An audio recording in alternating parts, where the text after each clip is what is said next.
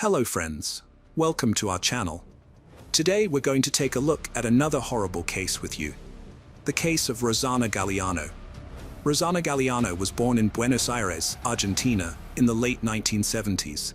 She was the youngest child, with two older brothers, Oscar and Gustavo, and a sister, Monica. Her parents were Raldo and Graciela. While details of her childhood and teenage years are scarce, it's known that she finished high school in the late 1990s. During this time, her father, Raldo, worked as a mechanic. In early 2001, José Arce visited Raldo's workshop, where he met Rosana. Born on November 22, 1948, José had spent over 30 years living abroad, including time in Greece and the United States, where he was imprisoned for 4 years for drug trafficking. He returned to Argentina in 1996, owning 8 properties in a posh area of Buenos Aires. José and Rosana started dating quickly after meeting at her father's shop, where he brought his vintage car for repairs. Despite their significant age difference, José appeared financially stable, thanks to his mother Elsa, who still lived in the United States. When 52-year-old José proposed to 22-year-old Rosana, her mother Graciela expressed concerns about their age difference.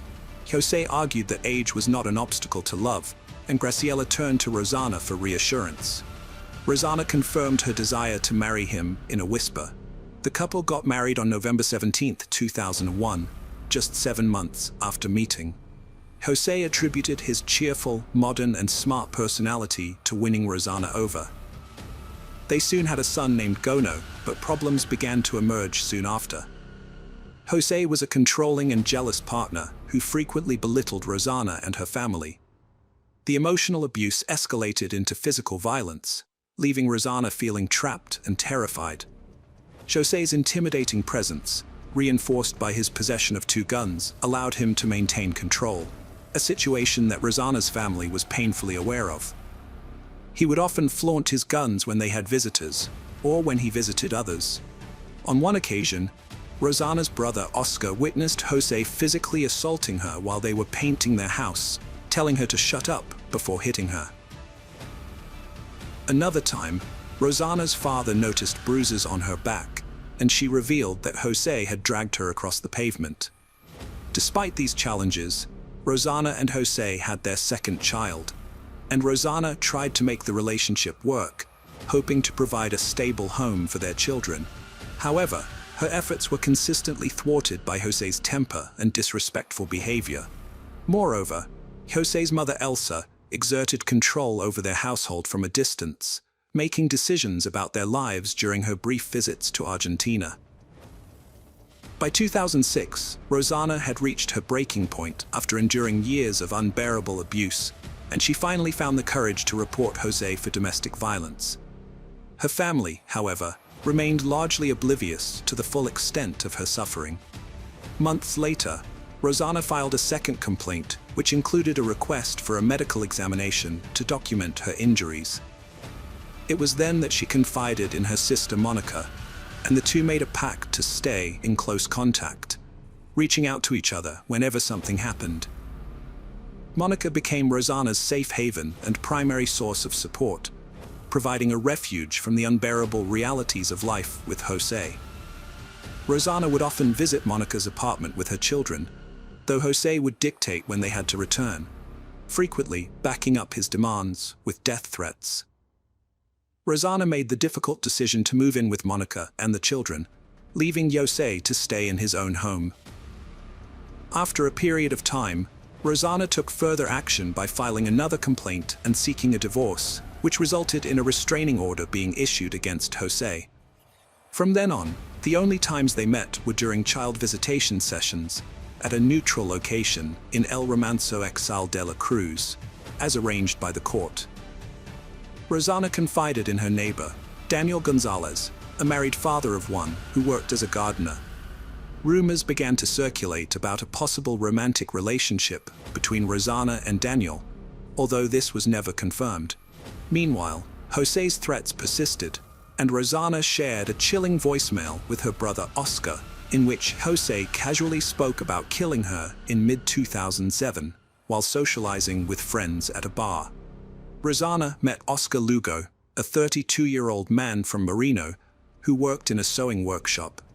They quickly became close, exchanging phone numbers and starting a romantic relationship. Oscar was an old-fashioned gentleman who treated Rosana with kindness, attention, and listened to her, which was a welcome change after all the turmoil she had faced. By December 2007, Oscar had become a part of Rosana's holiday celebrations, even dressing up as Santa Claus to delight her two sons. However, their happiness was threatened by José, who was keeping a close eye on Rosana's every move and was aware of her new relationship. The looming divorce had panicked him. José tried to persuade Rosana to end things with Oscar by offering her a truck, but she refused. When Rosana had a severe nervous breakdown, it was Oscar who accompanied her to the hospital, not José. Running out of options, José, with the help of his mother Elsa, concocted a plan to hire a hitman whose identity remains unknown. On January 16, 2008, Rosana and her sister Monica went to El Rano to pick up her sons, aged 4 and 3. However, José delayed the handover, making excuses. At 9:15 p.m., José called Rosana, claiming that Geronimo had a fever and that he would take him to the hospital and return him the next day. But Rosana insisted on taking care of Geronimo herself and asked for the children to be returned. The call was brief, and Rosana then went back inside. Around 10 p.m., Rosana sent Oscar Lugo a casual text about their plans for the next day. Later, at 10:50 p.m., Rosana and Monica sat down for dinner when José called again, unleashing a deadly trap. Rosana stepped out into the garden to improve the reception, but a shadowy figure emerged from behind the trees and shot her 4 times with a .45 caliber gun. Monica, hearing the shots, screamed as Rosana staggered and fell. Panicked, Monica tried calling 911, but the call wouldn't go through. She then asked her boyfriend to alert the police. Meanwhile, Oscar Lugo, oblivious to the events, attempted to contact Rosana at 11 p.m., but got no response. He then tried to reach Monica, but she didn't answer. The police investigation revealed that the shooter had entered from an adjacent vacant lot. A witness reported seeing someone fleeing through a gap in the fence, but couldn't provide a clear description due to the darkness. José was left stunned after being questioned and subsequently requested a lawyer to take over the proceedings before departing the following day. Meanwhile, a red sweater was discovered during further searches, which Rosana's relatives identified as belonging to José, solidifying his position as the prime suspect in their minds. The case garnered widespread media attention, sending shockwaves throughout the country and sparking a scandal as José and his mother publicly proclaimed his innocence, while also making disparaging remarks about Rosana and suggesting that her multiple lovers should be investigated instead. After the incident, Daniel the gardener became reclusive, shunning all human contact. On the night of Rosana's funeral, Raldo observed José lurking in the distance, watching from his truck without offering condolences or joining the mourners.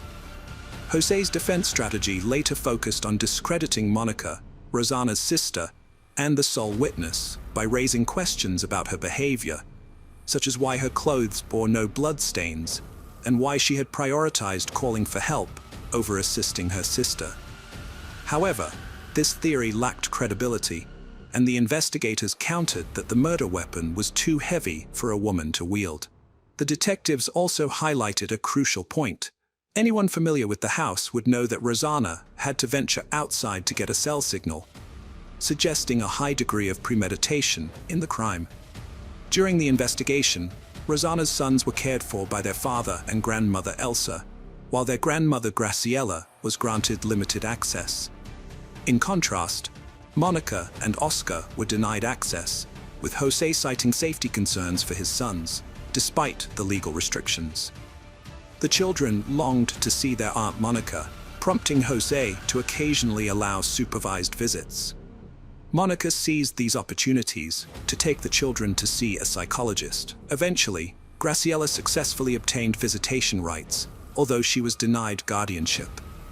In a contemporaneous interview, José claimed that Rosana had 4 lovers, all of whom had criminal records. According to José, Rosana engaged in intimate relationships with these men to uncover their secrets, which she then leveraged to blackmail them for personal gain. Meanwhile, following threats, Oscar was placed under police protection as a protected witness in his sister's case, requiring him to wear a tracking bracelet. As 2007 drew to a close, investigators still lacked concrete evidence to bring charges against any of the suspects. However, a significant breakthrough came a year after the murder, when José was arrested in January 2008, charged with aggravated homicide due to their romantic relationship, premeditation, and the alleged involvement of multiple perpetrators. 4 years after the attack, Oscar exercised his visitation rights to take his nephews to play soccer, sharing a heartwarming hug with the 6- and 7-year-old boys. In April 2013, the trial commenced.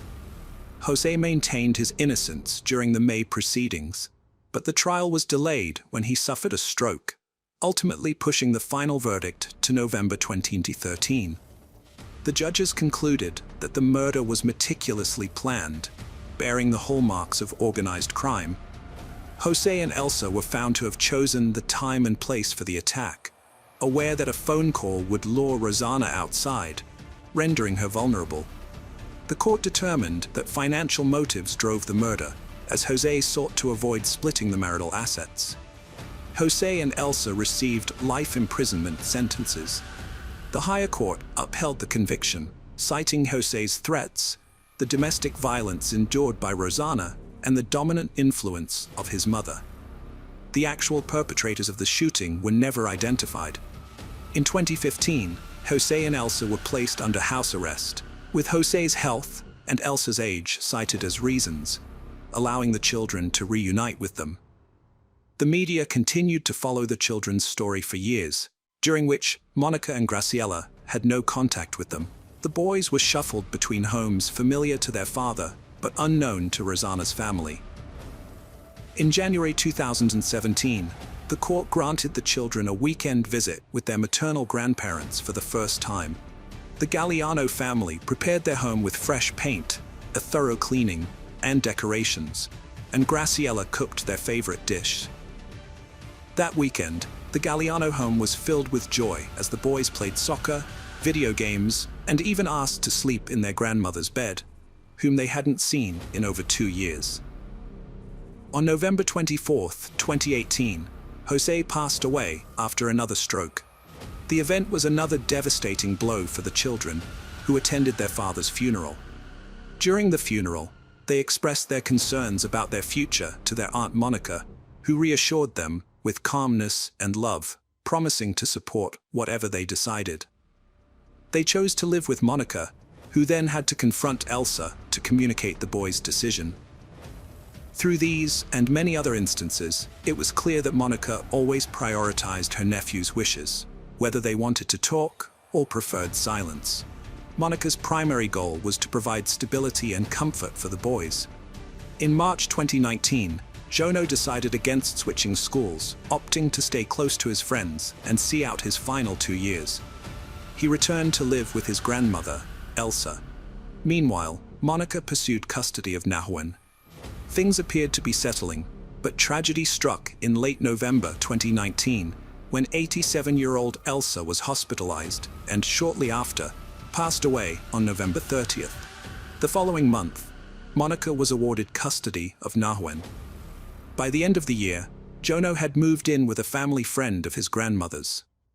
Both brothers still required psychological support to cope with their traumatic experiences, with Jono grappling with depression. Their psychologist acknowledged the staggering sequence of events they had endured. In March 2020, Jono's housemate passed away, prompting him to take refuge with his Aunt Monica until October of that year. When he turned 18, Geronimo rented a small apartment and began living independently, supported by the income generated from his inherited properties. Meanwhile, Monica initiated legal proceedings to secure their inheritance, fearing they might be stripped of their assets. Nahuan, on the other hand, demonstrated emotional stability thanks to the support he received. and was encouraged to continue attending therapy as needed. Hello friends, welcome to our channel. Today we're going to take a look at another horrible case with you. The case of Girish. On November 30th, 2003, Shuba, a 27-year-old law student, became engaged to Girish, a software engineer. Her father, a respected lawyer in Bengaluru, had a stellar reputation in the legal community. As his daughter grew older, he worried about her marital prospects. Consequently, he arranged her marriage to Girish, a suitable match with a good job at a prominent multinational company. The two families had known each other for years, which further solidified the union. Confident that Girish would provide a secure future for his daughter, Shuba's father gave his blessing for the engagement, set to take place on November 30th, 2003, with a wedding planned for April 2004. However, 3 days after the engagement, on December 3rd, 2003, Shuba suggested they celebrate with dinner at a restaurant that evening. Girish was thrilled, as this was the first time his fiancée had taken the initiative to plan a night out. Before dinner, Girish took Shuba to his office to introduce her to his colleagues. Afterwards, they headed to a restaurant on Old Airport Road for dinner. After the meal, around 9:30 p.m., Girish and Shuba began their journey home. But on the way, Shuba asked Girish to stop near the airport's landing strip so they could watch the planes take off and land. Girish agreed, parking his scooter to the side, and they stood together, enjoying the planes and each other's company. Suddenly, 3 boys on motorcycles appeared, attacking Girish. Shuba was left alone to face the 3 armed boys, and she desperately shouted for help. Unfortunately, they were alone at that moment, and the 3 boys brutally beat Girish before fleeing. Shuba persisted in shouting for help, and her cries were fortunately heard by a passing car driver who stopped to assist her and Girish. With great effort, both the car owner and Shuba managed to get Girish into their vehicle and drive him to a nearby hospital. The doctor admitted Girish and immediately began his treatment. Meanwhile, Shuba notified both her and Girish's families about the accident, and within a short time, both families arrived at the hospital. Despite the doctor's best efforts throughout the night, they were ultimately unable to save Girish, and on December 4th, they pronounced him deceased. Since this was a clear-cut case of murder, Girish's father rushed to the nearby police station that same day.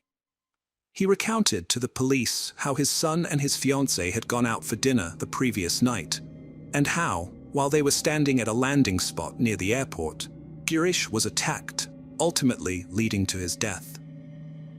The police promptly took over the case and began their investigation by questioning Shuba, the sole eyewitness to Girish's murder. Given her distress, she had been inconsolable since learning of Girish's death. The police approached her gently. However, Shuba's account matched the one Girish's father had already provided, prompting the police to launch a thorough probe of both the crime scene and Girish's background. They even explored the possibility that Girish had personal enemies, but their efforts yielded no concrete leads to crack the case. According to reports, the police were unable to find any CCTV footage in the area, which was largely deserted and lacked residential cameras at the time. Consequently, the investigators turned to Girish and Shuba's engagement video as a potential source of leads. Their motive was to investigate whether someone close to Girish might have been involved in his murder, given that only their families were aware of the couple's trip. The investigative officer meticulously examined the engagement video, focusing on the behavior of their families and relatives. However, no suspicious behavior was detected among them. Undeterred, the officer re-watched the video, this time concentrating on Girish and Shuba's neighbors and other guests in attendance. Unfortunately, this effort also yielded no positive results. In the midst of the investigation, the officer took note of Shuba's facial expressions.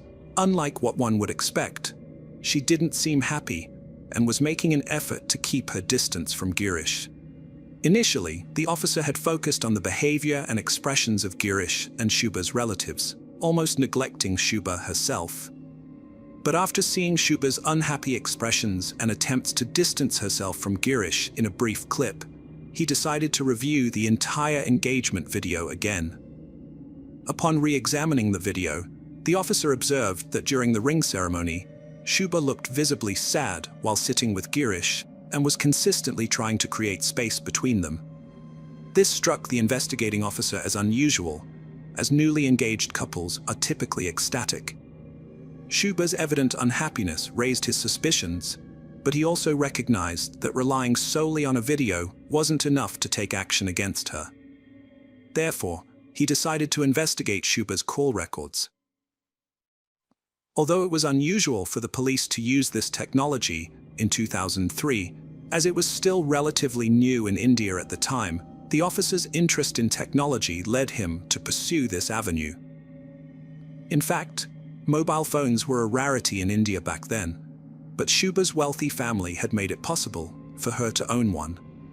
Upon obtaining her call records, it was revealed that on December 3rd, Shuba had made repeated calls to a single number. The police then traced the number back to a boy named Aaron Verma.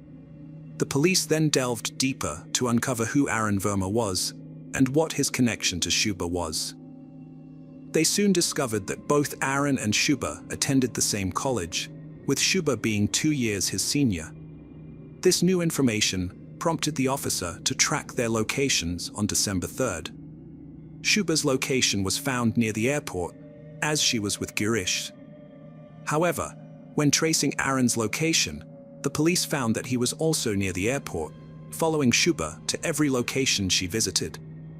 This heightened the police's suspicion, and they subsequently tracked down Aaron Verma and summoned him to the police station for questioning.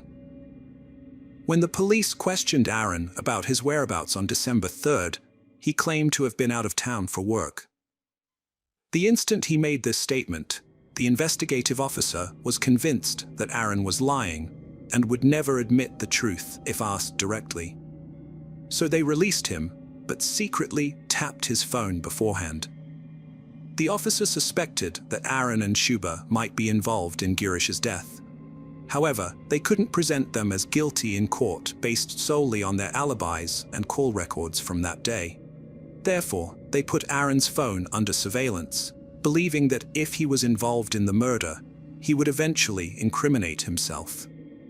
Upon returning home from the police station, Aaron's first call was to Shuba. Over the phone, Aaron informed Shuba that the police had questioned him about Girish's death. Shuba asked if he had disclosed anything to the police. Aaron reassured her that he had kept quiet and successfully misled the police, telling them he was out of town on December 3rd. When the police heard the recording, their suspicions were fully corroborated, leading to the immediate arrest of Aaron and Shuba. At the station, the police presented them with the call recording, call detail records, and location history. Initially, both attempted to deceive the police, but eventually, Aaron's nerve failed, and he confessed to the police that they had indeed murdered Girish. The unfolding story stunned everyone. The 19-year-old Aaron and 27-year-old Shuba had been secretly involved for the past 2 years. It was astonishing to learn that Aaron, still in his teenage years, was deeply in love with a woman 7 years his senior. Reports suggest that Shuba also desired to marry Aaron, but their dream remained unrealized. Shuba's father discovered their secret relationship and disapproved of Aaron, who was significantly younger than Shuba.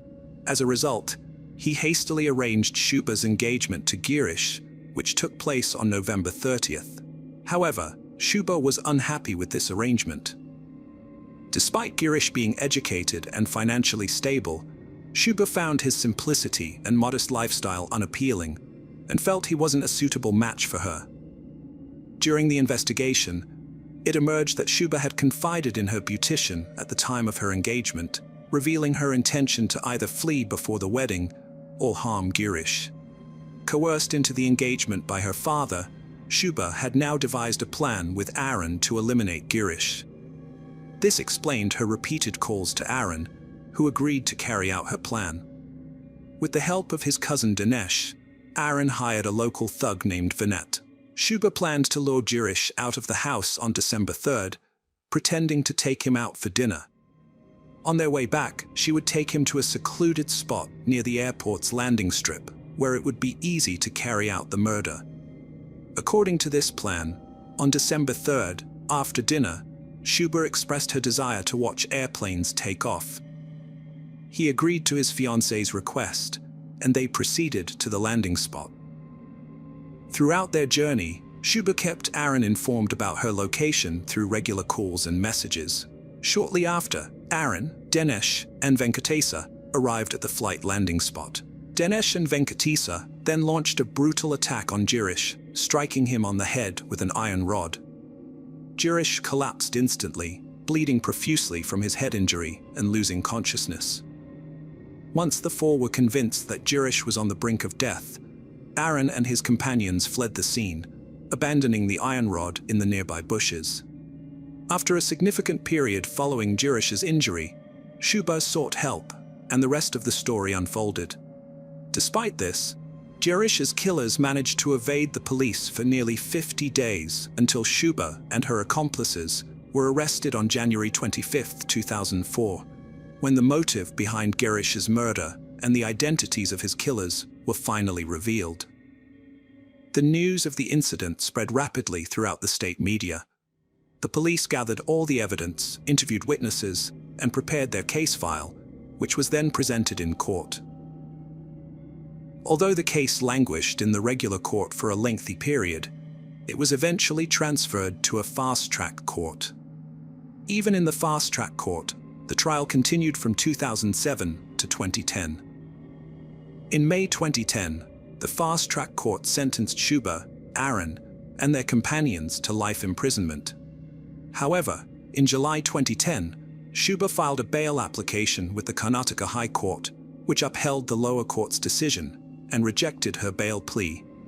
With no other option, Schuber then filed her bail application with the Supreme Court in August 2014, and the Supreme Court granted her bail for a limited period.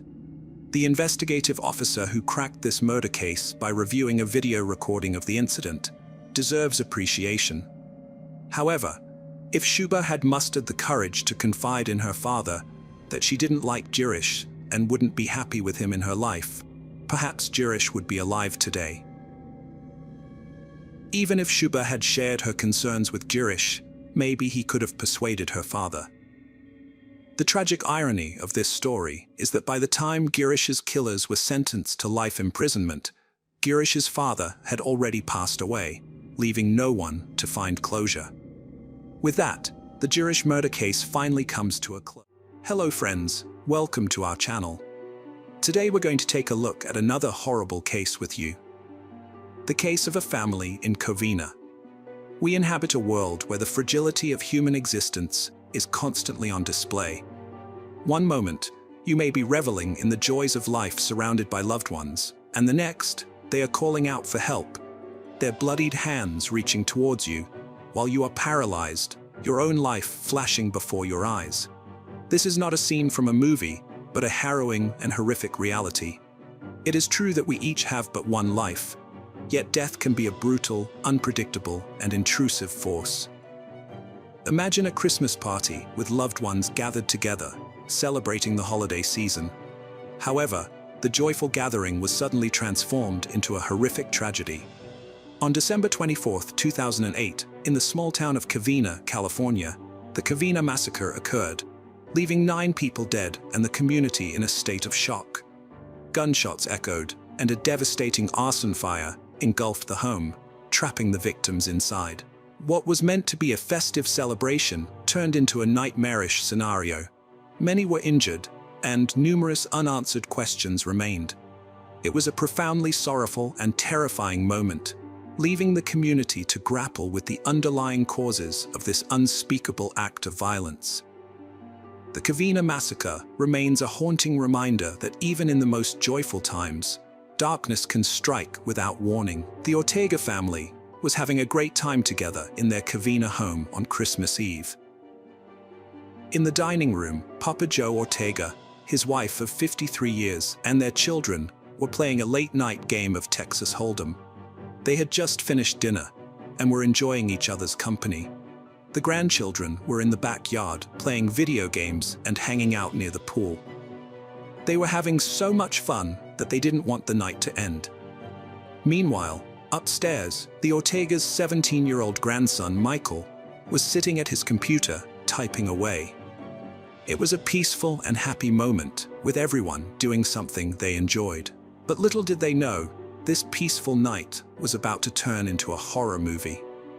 Suddenly, there was a knock at the front door. The 8-year-old girl was so excited, she squealed with delight, "Santa Claus! Santa Claus!" A man dressed as Santa Claus walked in, pulled out a gun, and shot the little girl right in the face. 2 of her uncles tried to protect her, but they were also shot and fell to the ground. The rest of the family, including the Ortegas and 3 of their daughters, tried to hide under the dining table, but it was too late. The fire, which was ignited by a flamethrower device, was incredibly intense and caused a massive explosion that sent flames shooting up into the air. The flames reached a height of 40 to 50 feet, which is as tall as a 5-story building. It was a substantial blaze that required a significant amount of manpower to extinguish.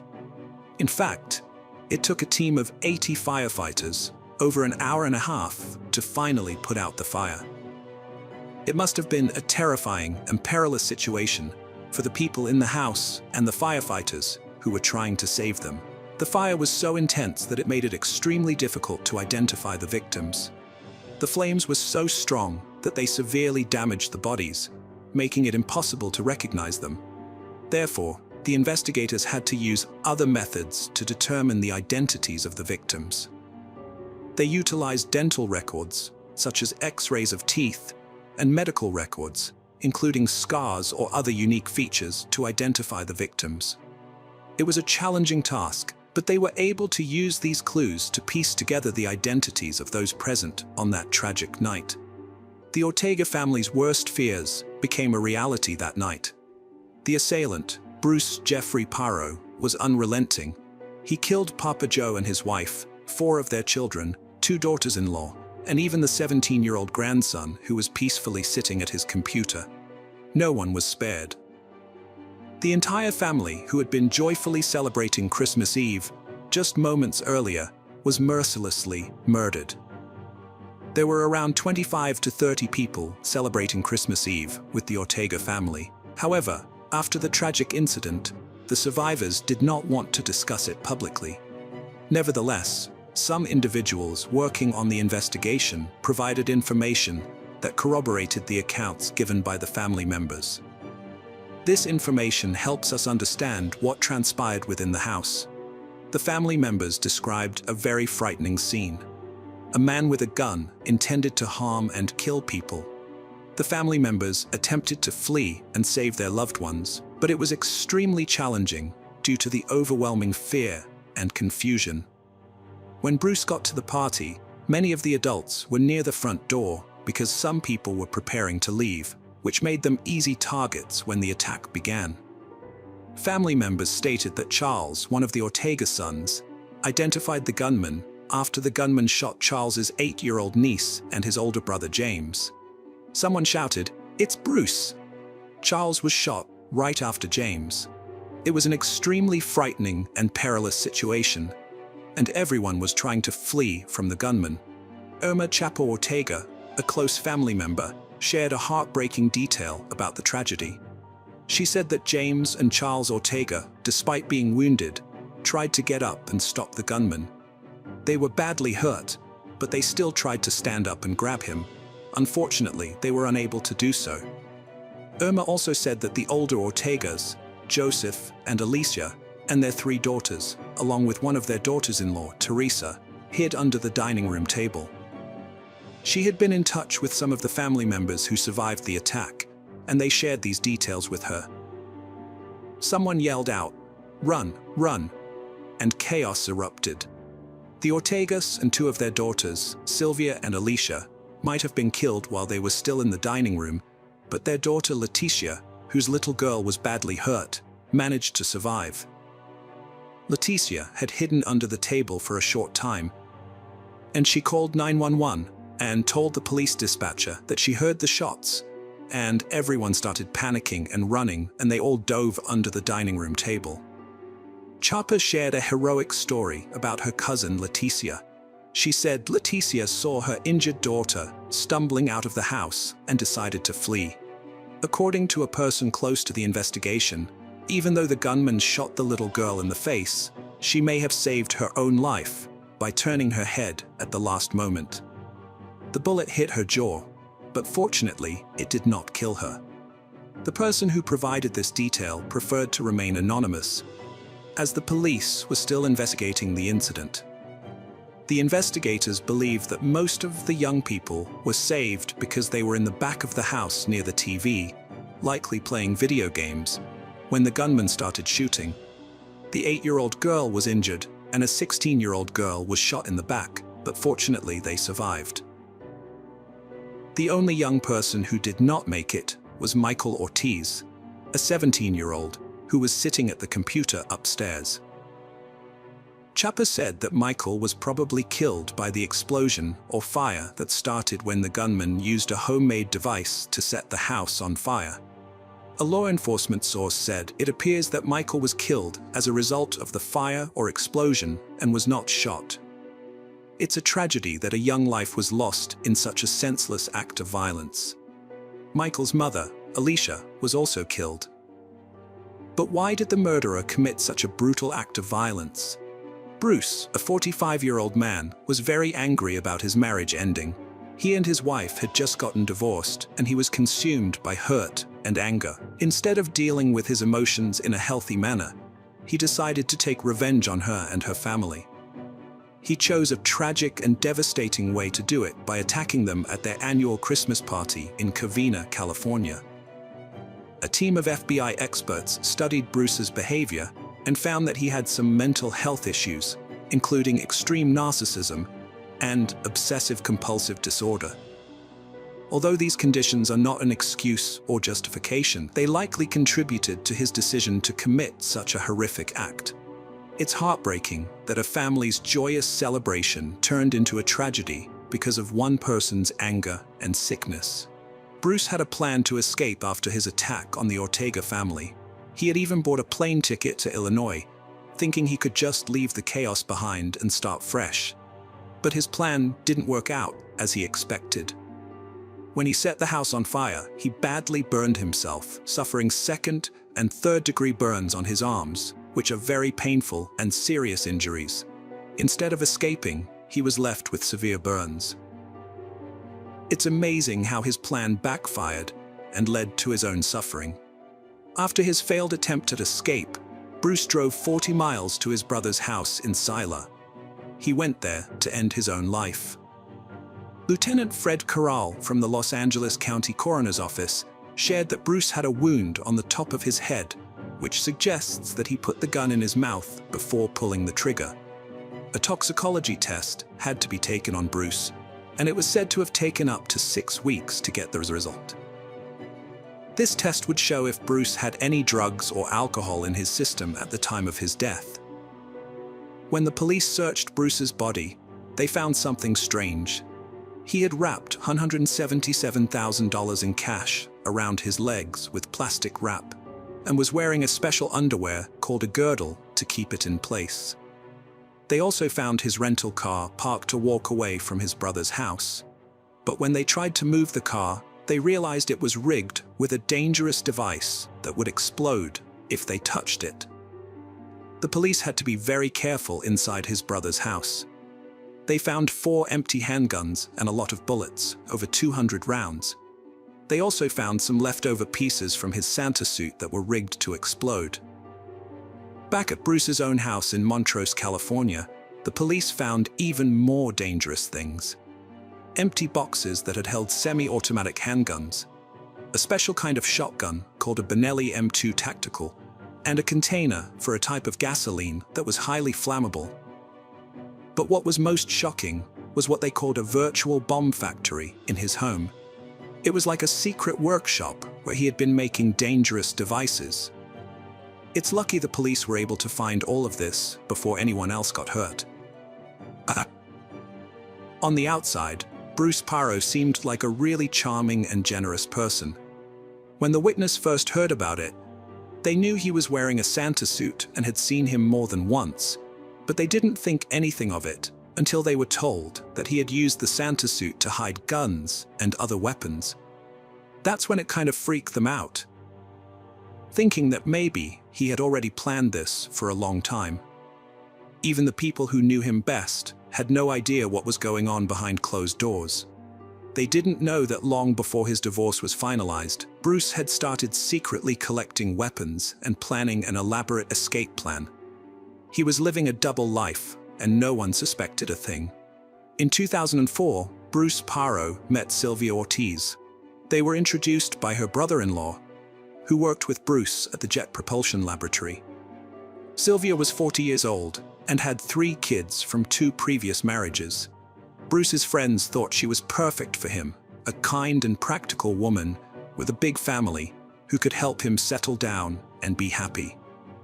At first, Bruce was drawn to his wife's warm and welcoming family, but after the first year of their marriage, she told friends he had become cold, miserable, and distant. They often argued about money. In March 2008, Bruce and Sylvia decided to separate. Sylvia asked Bruce if she could stay in their home until her daughter finished kindergarten, but Bruce wasn't having it. While Sylvia was out at a family gathering, Bruce packed up all her stuff and left it on the driveway. Sylvia was devastated and had to move in with her sister in Glensdale, eventually filing for divorce. Bruce went to Gun World in Burbank on June 13th and bought a handgun for almost $1,000 cash. He got fired on July 31st for fraud and tried to get unemployment benefits, but couldn't get them. He went back to Gun World on August 8th and bought another handgun, keeping coming back to the store and buying a total of 5 handguns. He also ordered a Santa suit from a costume store, saying it was for a kid's party, and paid a $200 deposit. Bruce also went to a gun shop in Iowa and bought 16 magazines that can hold 18 bullets each, way more than California laws allow. Just a week before Christmas, his marriage to Sylvia was officially over. They had been having too many problems and couldn't fix them, so the judge ended their marriage in a courthouse in Burbank just before Christmas. Bruce Parro rented 2 cars, a Dodge and a Toyota. He packed the Toyota with all sorts of stuff like maps, water, food, clothes, and a can of gasoline. He also put in 2 computers. Later that night, his neighbor Bong Garcia saw him leaving in the Dodge, which was weird because he usually drove his fancy Escalade Hummer. Bruce said he was off to a Christmas party, but Bong thought it was strange. As the house burned, a neighbor saw a blue car drive away with its headlights off. A pair of fake glasses and Santa's hat had been dropped in the front yard. Bruce drove to his brother's house in Sylmar, 40 miles away. He was badly burned with severe injuries on his arms, hands, neck, and legs. His Santa suit had melted into his skin, and he was in a terrible state. When his brother got home at 3:10 a.m., he found Bruce's body on the couch with 2 guns next to him. He had shot himself in the mouth while still wearing his wedding ring. Letitia Youssef Sky is a strong woman who chooses not to let anger and hate consume her. She says she can't do anything to change what happened, and she can only focus on what's brought to her and the good things that are brought to her. She is grateful for the love and support she's received from people she didn't even know, and this gratitude has helped her heal. Leticia has also stopped dwelling on the past and the person who hurt her family. She says she won't allow him to consume them with his evilness, and instead chooses love and encourages others to do the same. Leticia believes love is the strongest energy and that it can bring people together and help them heal. She also thinks it's important to teach our children about love and kindness so they can grow up to be good examples for others. She says our kids are our future, and we have to be an example for them. If we teach them that it's okay to hate, it's okay to be violent, and make them feel less than, then what hope do we have? During a school walkout, Katrina Y.F. Sky could read the names of the 17 victims killed in Parkland, Florida, 1 month ago. Gun violence is personal for the Lal High School student. Nearly 10 years ago, she survived a Christmas Eve massacre when she was only 8. Being able to really fight for something that is truly close to my heart is very different. 12 years have passed, and Leticia and Katrina Youssef, Sky, are working hard to keep their family's tradition and happy memories alive. The family still gets together for dinner, exchanges gifts, and shares stories about their loved ones who are no longer with them.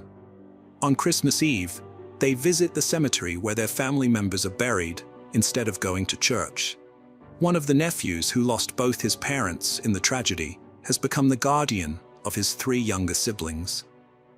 Leticia and her husband took in her sister's youngest daughter, and Leticia worked hard to make sure the surviving kids still had a sense of Christmas.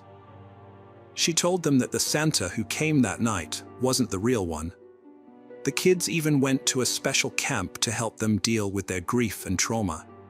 Leticia says, no matter where you look, there are memories of what they used to have, and then memories of that terrible night.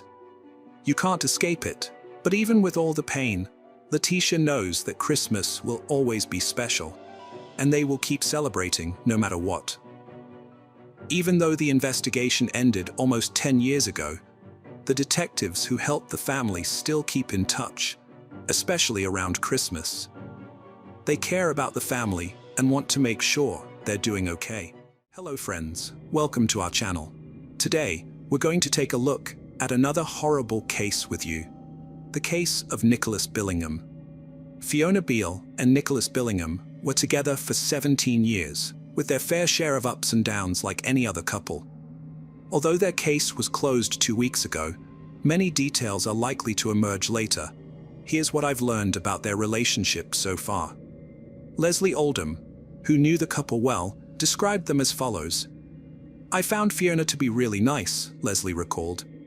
Although they didn't exhibit overt displays of affection, they seemed happy enough. Nicholas brought her over for a cup of tea, and she was polite and chatty. Nicholas had a reputation as a ladies' man, which made it difficult to predict how long his relationships would last. Fiona and Nicholas's relationship ended in November 2021. After splitting up with Fiona Beale, Nicholas Billingham remained in contact with his friends and family. He sent a text to his mother, informing her that he had run off with a woman named Faye, and claimed to be thrilled with his new life. Fiona took 10 days to recover from the breakup, and when she finally felt better, she returned to work. Her colleagues, who had heard about the split, offered her many words of encouragement upon her return. However, the breakup with Nicholas had a lasting impact on her, and it was noticeable to many. By the end of February 2022, nearly 4 months after the breakup, Fiona's mental health began to decline. She found it difficult to continue living in a house that held so many memories of Nicholas, so she made the decision to move to Cumbria, a location roughly 200 miles from Northampton. Fiona started planning her next moves after her husband went to bed. She couldn't sleep in the same bed as him due to her loud breathing, restlessness, or snoring. In another notebook entry, she mentioned that Nicholas had been mean and cruel to her for 17 years, but it was his vile behavior at Halloween that made her decide she couldn't let him get away with it anymore. Nicholas Billingham disappeared on November 1st, 2021, and from that moment, he kept in touch with his family and friends only through text messages. The day after the police officers read Fiona Beale's notebook, they visited the house on Moore Street where she lived with Nicholas. Upon examination, they found nothing suspicious.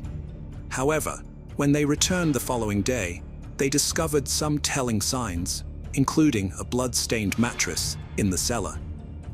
On March 19th, the police went back to Moore Street and uncovered more evidence. With the help of forensic officers, specialist search teams, and a cadaver dog, they found a buried body in the rear garden. The remains of Billingham were discovered wrapped in carpet, buried beneath a layer of bark chippings, soil, wooden sheeting, concrete building blocks, bricks, and planks. Additionally, plastic bags, rubble, mortar, polystyrene, laminate flooring, and sections of fabric and vinyl were found in a constructed hideaway covering the body. A sleep mask covered the victim's eyes, with the phrase, "This is my morning after face," printed on the inside. The police spokesman described the body as being wrapped in cables, hose pipes, and plastic bags, surrounded by building debris, saying it showed a complete lack of dignity in death and utter contempt.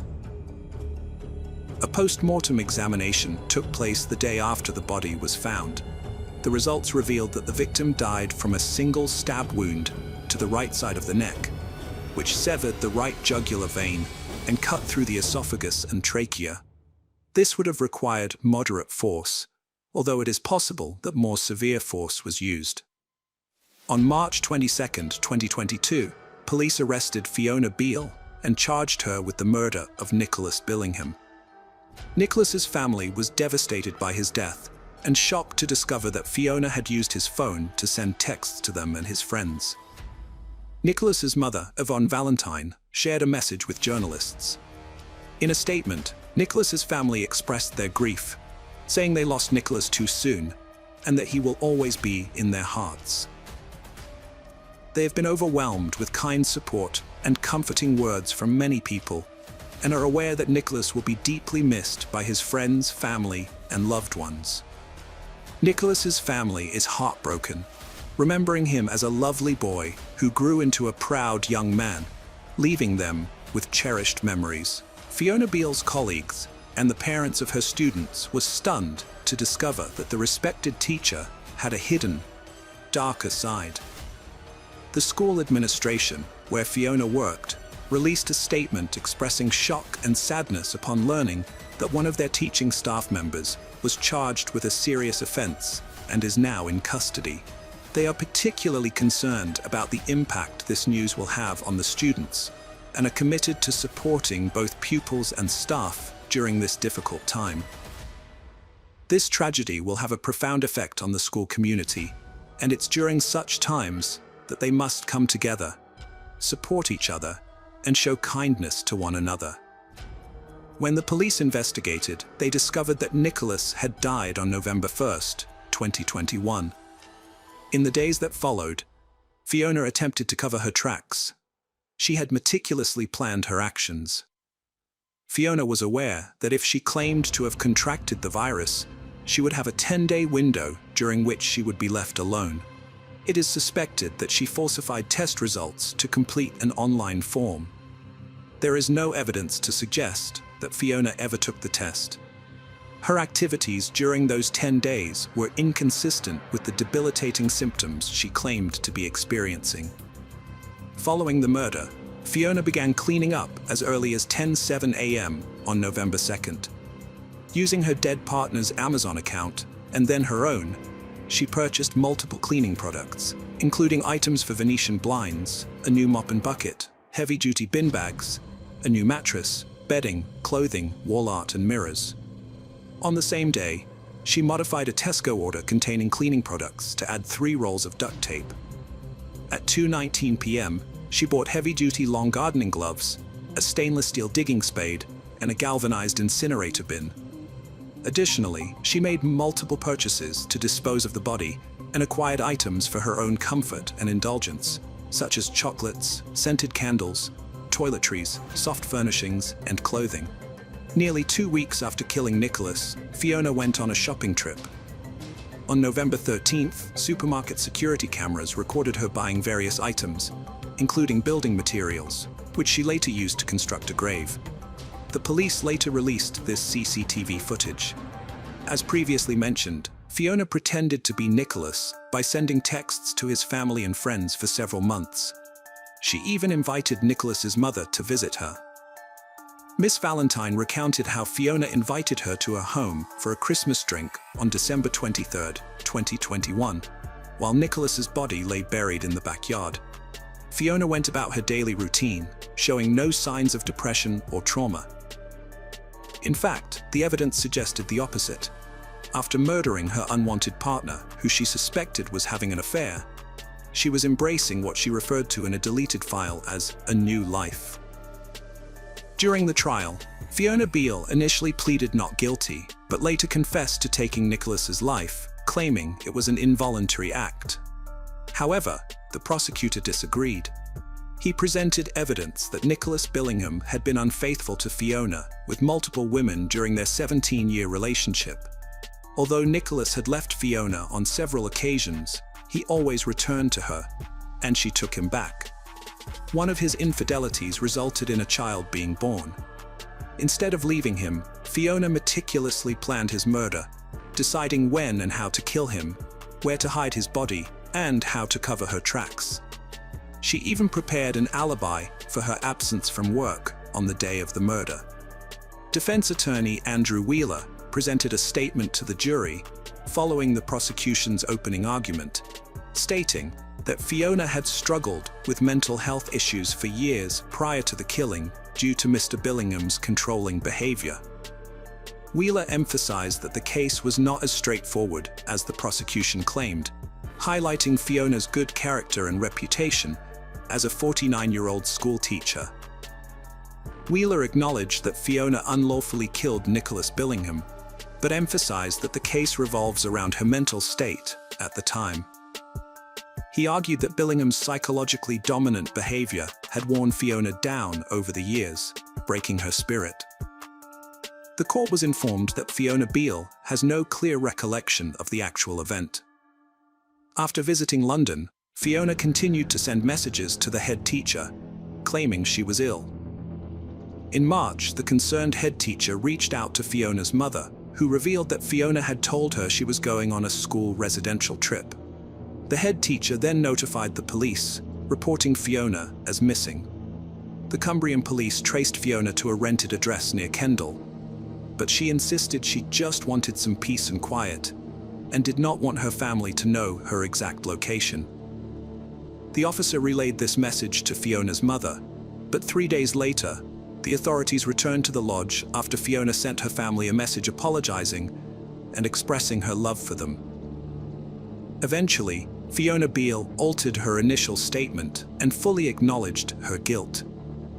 At Northampton Crown Court, she shared details about her personal life and career with the jury, claiming that Billingham had twice thrown a dinner plate against a wall due to their disagreements over cleanliness. Fiona recalled her university days, during which she was prescribed antidepressants. She described her partner Billingham as caring and attentive initially, but changing gradually over time. At the start of their relationship, Fiona had accidentally left a cloth with cleaner on it, which stained a worktop. Although it didn't seem serious at first, cleaning became a major issue throughout the years. Instead of laughing it off, Fiona would get scolded. When having meals together, Fiona explained that everything had to be exactly as Billingham wanted it. She couldn't pinpoint when this behavior started, but it worsened over time and continued until the end. Even the way items were placed in cupboards was strictly regulated, with everything facing outwards. Fiona claimed that Billingham threw plates of dinner at the wall on a couple of occasions, which made her lose confidence. She mentioned that his behavior started as joking about her not doing something, but eventually turned nasty. Before taking his life, Fiona told Billingham that she would kill him to prevent him from hurting another woman the way he had hurt her. She later accused him of lying to his own family to protect himself, prioritizing his own self-preservation and attempting to show her in a bad light. Nicholas left behind 2 beautiful children who will never have the opportunity to see or talk to their father again. They'll never be able to invite him to special events, have him attend their weddings, teach them to drive, or simply spend time with him. You've taken all of that away from them. Fiona received a prison sentence of 20 years. Speaking after the guilty plea, Nicholas's mother, Yvonne, expressed her outrage and pain, saying it was unbearable to know that her son's killer had offered her a drink while his body lay buried just a few feet away. She struggled to comprehend how someone could harbor such hatred to commit such a heinous act. Welcome to our channel. Today we're going to take a look at another horrible case with you, the case of Valerie Tiemann. Valerie Tiemann was born on December 31, 1981, in Salem, Virginia. Valerie Joy Harmon was the child of Sarah Jean Sampson Harmon and Jean Allen Harmon. She grew up in Greenville, South Carolina, and graduated from Hampton Park Christian School in 2000. Valerie then earned her cosmetology degree from Bob Jones University. Known for her warm, friendly smile and outgoing personality, Valerie was passionate about drama and speech. She enjoyed music, playing the piano and flute. Using her cosmetology skills, Valerie worked in salons, spas, and pageants, helping others look and feel their best. Valerie met Matt through a mutual friend when she was 22. Despite their contrasting personalities, Valerie was outgoing and cheerful, while Matt was more withdrawn. They made it work. The couple got married in 2004 and initially lived harmoniously in Matt's small house after their honeymoon. However, Valerie's parents soon noticed changes in her behavior. Matt tightly controlled their finances, forcing Valerie to open a separate bank account to save personally. As time passed, Matt's behavior worsened as he sought to control every aspect of Valerie's life and blamed her for all their problems. Valerie endured much emotional pain, but eventually reached her breaking point. After 10 years, she divorced Matt, seeking a fresh start. Luke Tiemann brought a fresh start to Valerie's life, helping her put her past problems behind her. With his 10-year Army background, including service in Iraq and Afghanistan, Valerie saw him as a reliable and loving partner. Her relatives noticed a significant change in her as she became cheerful and smiling once again, just like 10 years prior. The couple got married on June 6, 2014, and began living at Luke's parents' house in Fairfield, Maine, while Valerie's parents resided in South Carolina. After visiting her family in South Carolina, Luke and Valerie returned to Maine in August 2016. On August 24, 2016, Valerie's mother, Sarah Jean Harmon, had her last conversation with her daughter through text messages. Around that time, Luke had started chatting with a woman on Facebook and was seen with her by several people. On the night of August 24th, Luke and the woman were intimate, and it appears that Valerie discovered their infidelity that night. On August 25, 2016, Valerie called Luke 31 times within a 5-hour span. A mutual friend of the couple contacted Valerie via Messenger, informing her that Luke was involved with other women and claiming they were separated. Valerie responded with several messages, expressing her heartbreak and conveying that God had a plan, and that Luke would never find a better woman than her, and that he had lost her. On August 26, 2016, Luke Tiemann moved in with the woman he was having an affair with, claiming to her that his wife Valerie had left him for another man. Meanwhile, Valerie's parents, Sarah Jean and Alan Harmon, were growing concerned because Valerie, who had been calling them every week, had suddenly stopped responding to their calls and texts. After a week of trying to reach her, they decided to contact Luke, asking how he and Valerie were doing. The next day, Luke replied, saying they were fine and that he loved her very much. However, another 13 days went by with no word from Valerie, prompting her parents to reach out to Luke's father for help. To their shock, Luke's father told them that Valerie had been missing for about 2 weeks and that they had not seen her. He even asked what to do with her belongings. When Alan confronted Luke about why he hadn't told them about Valerie's disappearance, Luke claimed he was waiting for Valerie to contact her parents herself, as he didn't want to speak poorly of her. He repeated the story that Valerie had left him for another man, but her parents knew it was untrue. It was out of character for Valerie, and they were certain she would have reached out to them because she knew they would worry. On September 9, 2016, Alan filed a report with the Fairfield Police Department stating Valerie was missing. The detectives launched an investigation, which began with a visit to Luke Tiemann's parents, where Valerie had been living with her husband. During the visit, they spoke with Luke's mother, Laurel Tiemann, but she claimed to have no knowledge of their whereabouts. As a result, the detectives left without gaining any new information. Valerie's parents had always thought it was difficult for their daughter to live with Laurel, who they saw as overbearing. 2 weeks after Valerie's disappearance, Laurel packed all of her belongings into garbage bags. This action clearly reflected Laurel's attitude towards her daughter-in-law. She seemed unconcerned about Valerie's well-being and was primarily motivated by a desire to clear the house of her belongings. The police were searching for Luke Tiemann to ask him some questions, but he was nowhere to be found. They went to his home, but he wasn't there. And his parents claimed they didn't know his whereabouts. However, 5 days after Valerie's disappearance, Luke unexpectedly contacted the police himself, stating that he was aware they wanted to speak with him. During the conversation, the detectives asked him about Valerie and the last time he saw her. Luke's response was peculiar. He explained that, about 2 weeks prior, he and Valerie had stopped by the local Walmart to purchase some groceries. While he went inside the store, Valerie stayed in the car. When he finished shopping and returned to the vehicle, Valerie was gone. Luke claimed that he tried to reach her by calling and texting, offering to take her back. He also revealed that his marriage to Valerie was on the verge of collapse.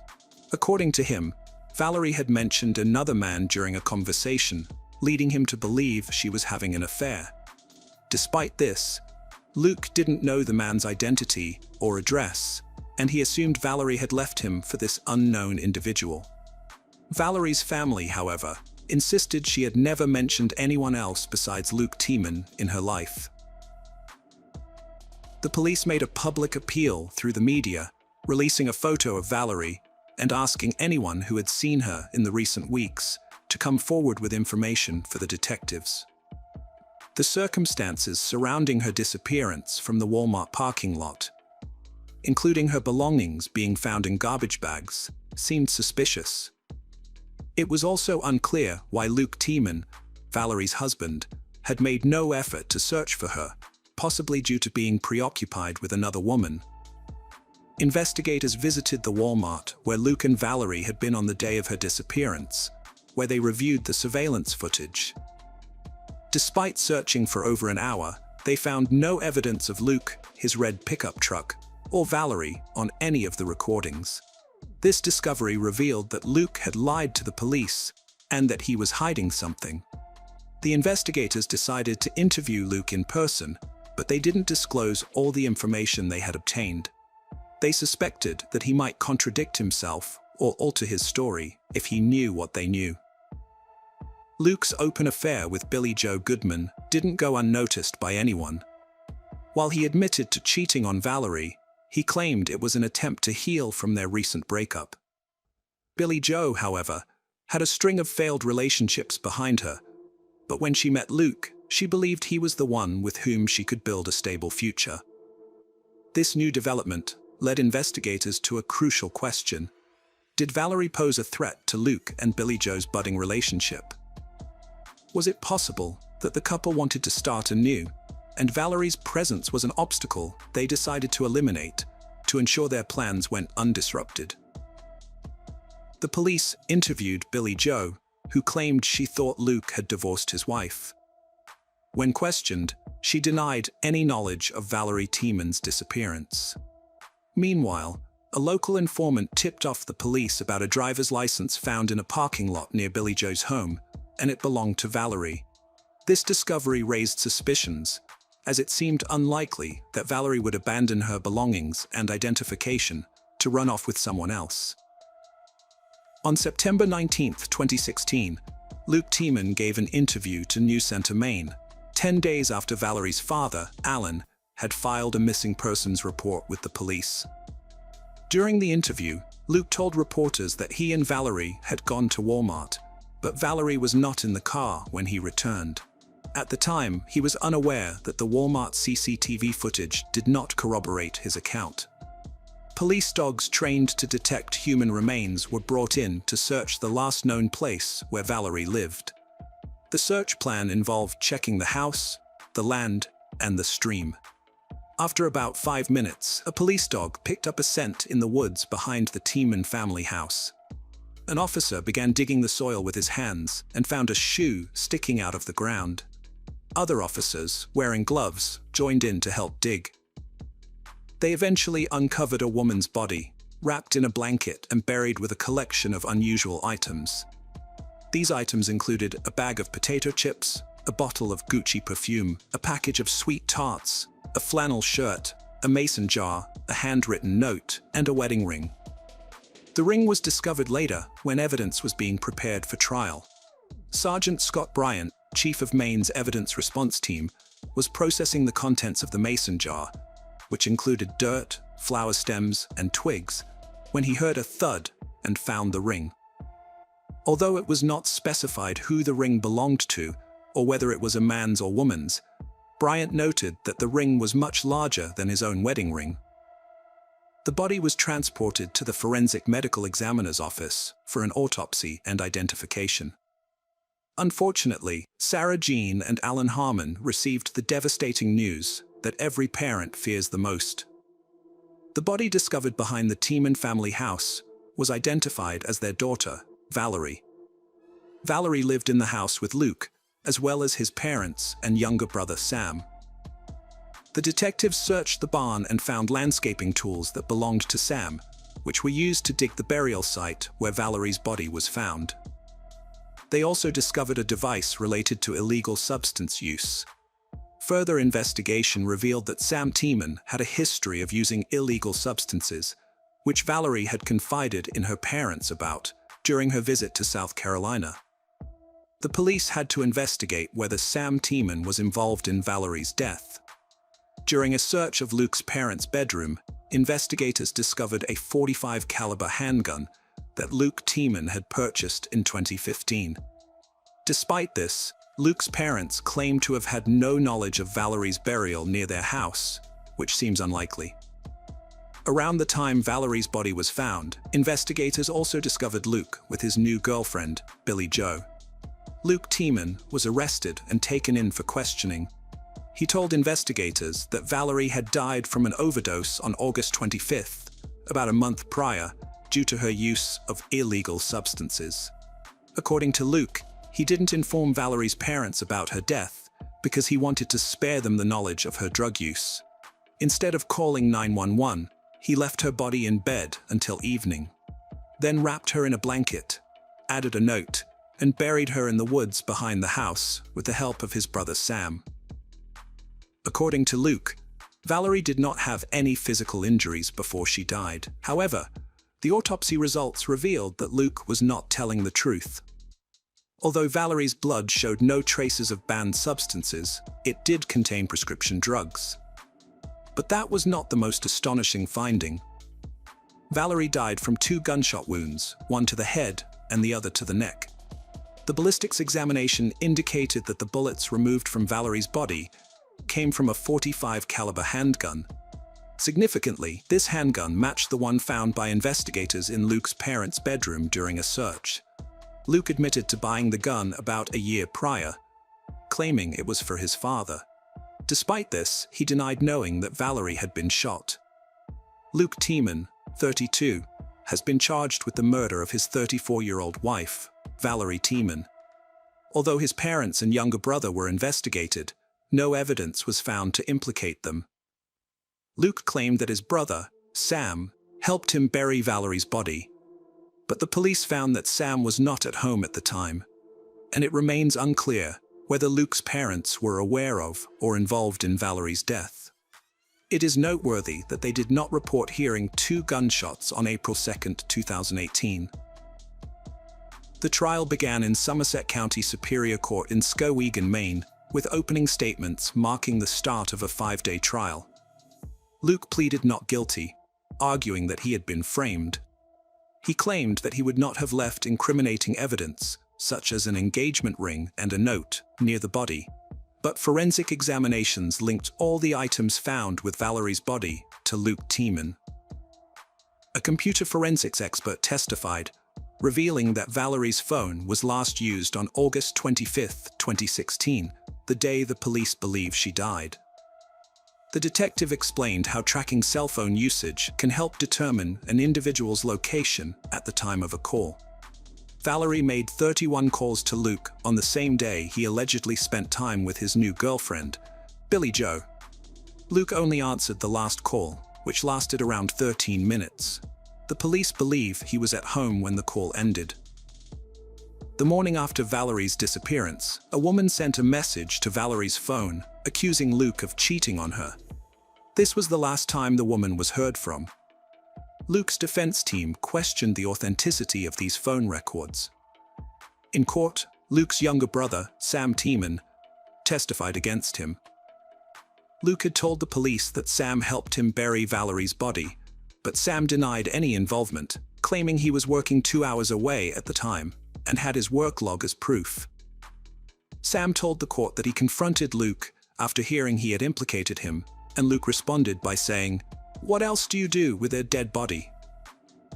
The police continued to press Luke about who shot Valerie, even suggesting that his brother Sam or their parents might be involved. Luke insisted that they were incapable of such an act. The officers wondered if Luke might have blacked out due to his PTSD, which he had previously claimed would sometimes cause him to become enraged and forgetful afterwards. Several witnesses called by the prosecutor testified in court about the private lives of Luke and Valerie Tiemann. They gave detailed accounts of how the couple frequently used significant amounts of illegal drugs. Additionally, they stated that Luke had informed people he was getting a divorce around the same time Valerie went missing. Luke's former girlfriend, Jackie Spencer, revealed to the jury that she had a close relationship with the couple and had even served as the maid of honor at their wedding. She stated that she had personally witnessed Valerie and Luke using various illegal drugs together. Furthermore, she testified that Luke had begun sending her numerous text messages around the time Valerie vanished, suggesting that he may have been interested in pursuing a romantic relationship with her. The jury was shown evidence from the crime scene, which included a video that depicted the approximately 3-minute walk from where Valerie's body was discovered to the Tiemann's home. The video footage revealed an overgrown, all-terrain vehicle trail winding through a thickly forested area, a common feature found behind many rural homes in Maine. The defense team, representing Luke, raised objections to certain pieces of evidence, including gardening tools found in a shed near the property and a .45 caliber handgun discovered in one of the rooms of the home. They contended that the prosecution had failed to establish ownership of these items, suggesting that someone else in the household may have had access to them.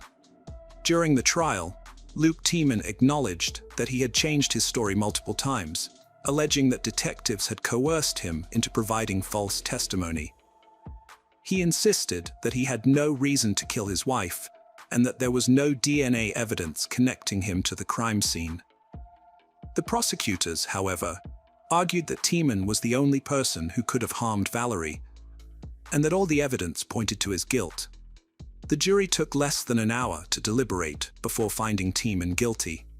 At the sentencing hearing, Valerie's mother expressed her grief and outrage, denouncing Tiemann as an evil-hearted man who still refused to accept responsibility for his actions and demanded a life sentence. In contrast, Tiemann's mother begged the court to consider her son's entire life and to balance justice with compassion. Ultimately, Tiemann received a 55-year prison sentence, which was longer than his family had hoped. Despite later changing his testimony again while incarcerated, this did not have a positive impact on his case. Hello friends, welcome to our channel. Today we're going to take a look at another horrible case with you. The case of Sarah Pappenheim. Sarah Pappenheim was born on January 30th, 1997, in Minnesota to Donnie Odegaard and Jerry Pappenheim.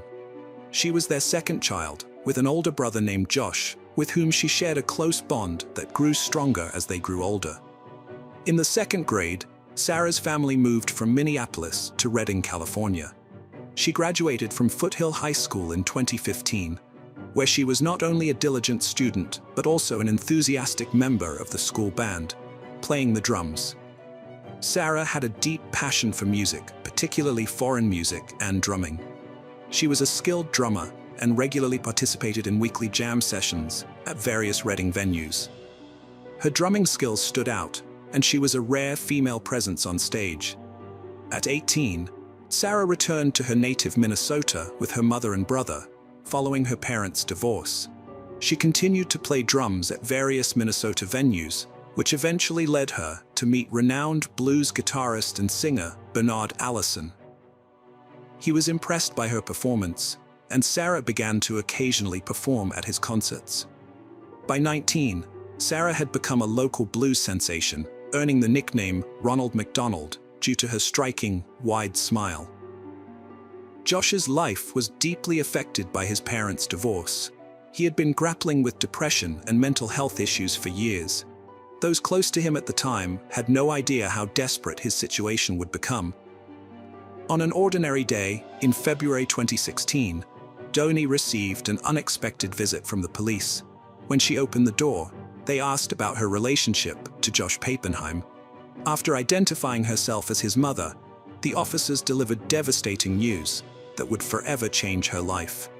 Tragically, 20-year-old Josh had taken his own life, leaving his loved ones reeling from the loss.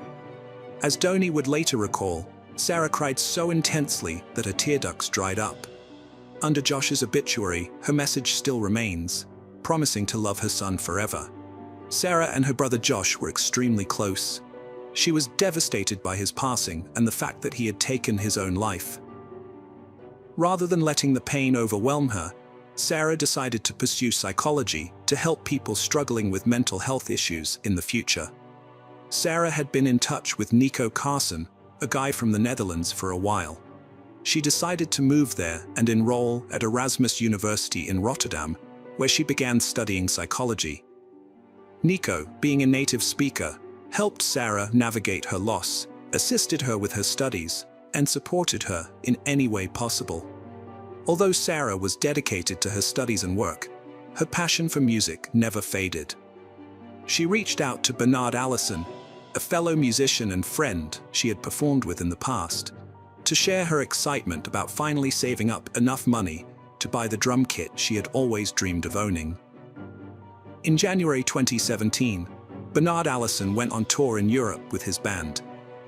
On Sarah's 20th birthday, January 30th, she attended his concert in Germany with Nico, and as soon as Bernard saw her, he invited her on stage to play the drums alongside him, just like they used to do. Sarah lived in a third-floor apartment in a complex just a mile from the university in Rotterdam. As 2018 drew to a close, she was looking forward to spending Christmas back home in the United States. Her flight was scheduled about a week before New Year's Eve, but everything took an unexpected turn on December 12th. Doni Odegaard's heart sank when she saw a police officer standing on her doorstep, a sight that brought back painful memories of 2016, the year her son passed away. As the officer began questioning her about her daughter, her legs started shaking uncontrollably. She instinctively knew what the officer was about to tell her, yet she couldn't bring herself to accept the devastating news. The officer, convinced that he was speaking to Sarah Poppenheim's mother, delivered the heartbreaking news. Her daughter had passed away. Doni felt like she'd been punched in the gut. The news was too much to bear, and she lost consciousness. This tragedy was all too familiar. She had lost her 20-year-old son just a few years ago, and now her 21-year-old daughter was gone too.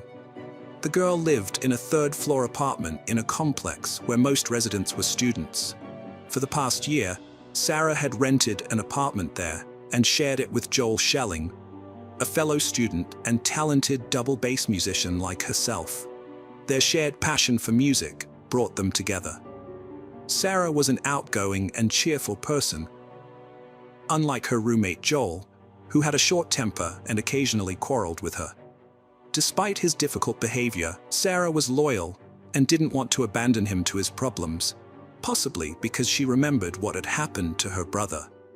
6 days before her death, Sarah confided in her friend Adam Pryor in Wisconsin, expressing fear of Joel, who had told her he intended to harm 3 people he disliked. A couple of days before she passed away, Sarah also spoke to her mother on the phone, sharing her growing concerns about Joel's behavior. Her mother advised her to find a new place to live immediately and to keep her distance from Joel until she moved out. On Wednesday, December 12, 2018, at 12:20 p.m., Sarah and Joel got into a loud fight at their apartment, which prompted their next-door neighbors to call the police. When the police arrived, they found Sarah lying on the floor, unconscious and suffering from multiple stab wounds. Despite attempts to revive her, Sarah sadly died.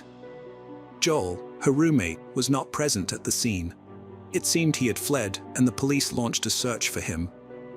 After questioning neighbors on the same floor, the officers discovered that Joel had hastily left the apartment, taking a large double bass with him.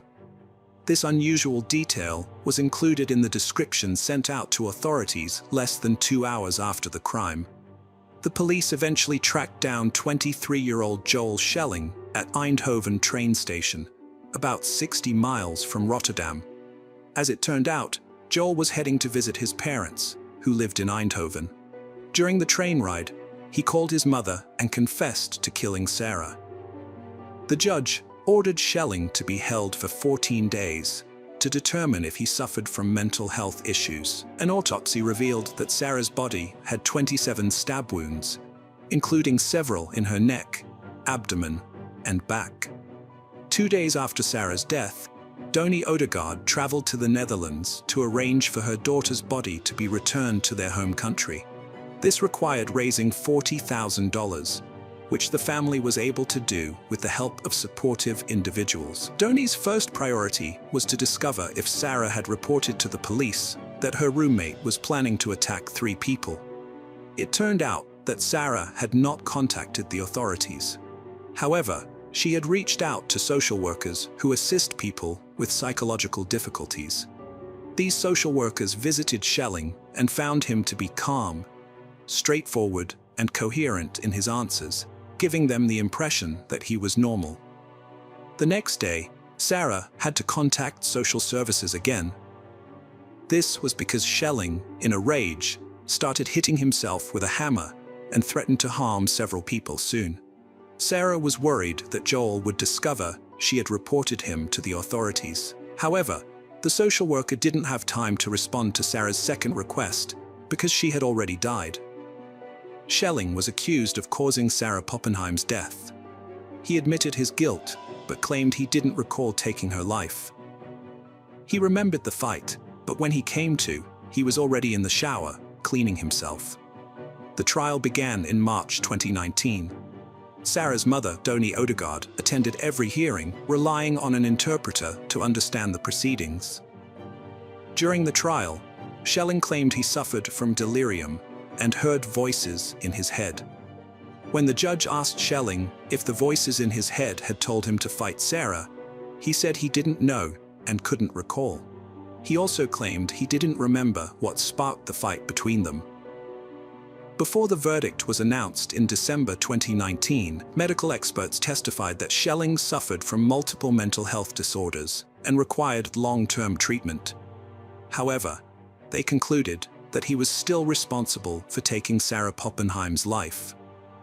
The experts reasoned that Schelling remembered the start of the fight and physically struggling with Sarah, and he had the ability to choose whether to stop or grab the knife. He chose the latter and therefore should be punished. The prosecutor requested a 10-year prison sentence for Schelling, but the Rotterdam judge sentenced him to 6 years in prison, followed by involuntary commitment to a psychiatric hospital. The court explained that it rejected the prosecutor's 10-year sentence request due to Schelling's youth and his significantly impaired mental state at the time of the crime. As a result, Schelling cannot be fully held accountable for the proven facts of the case. The court has stated that, due to the seriousness and unpredictability of the crime, as well as the suspect's severe psychological disorders, there is a high likelihood of him committing another violent crime. The suspect requires long-term treatment and supervision in a clinical setting for his chronic conditions. The court views the psychiatric detention as a form of punishment for Schelling, who has expressed willingness to undergo treatment for depression and other disorders. Schelling will remain in detention for treatment until the court, which will review his progress every 2 years, decides that he is well enough to be released. Additionally, the court has ordered Schelling to pay €68,700 in compensation to Sarah's family. Doni Odegaard was outraged by the sentence, claiming it was not justice. In her opinion, the minimum sentence in America should have been at least 10 years.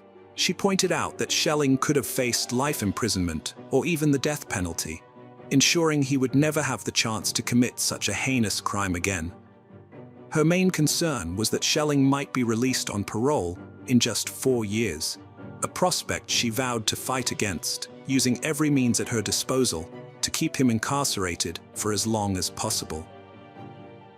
An investigation was also conducted into the social workers Sarah had contacted.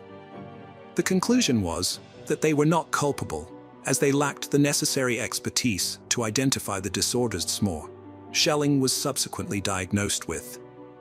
Hello friends, welcome to our channel. Today we're going to take a look at another horrible case with you, the case of Christina Carlin-Craft.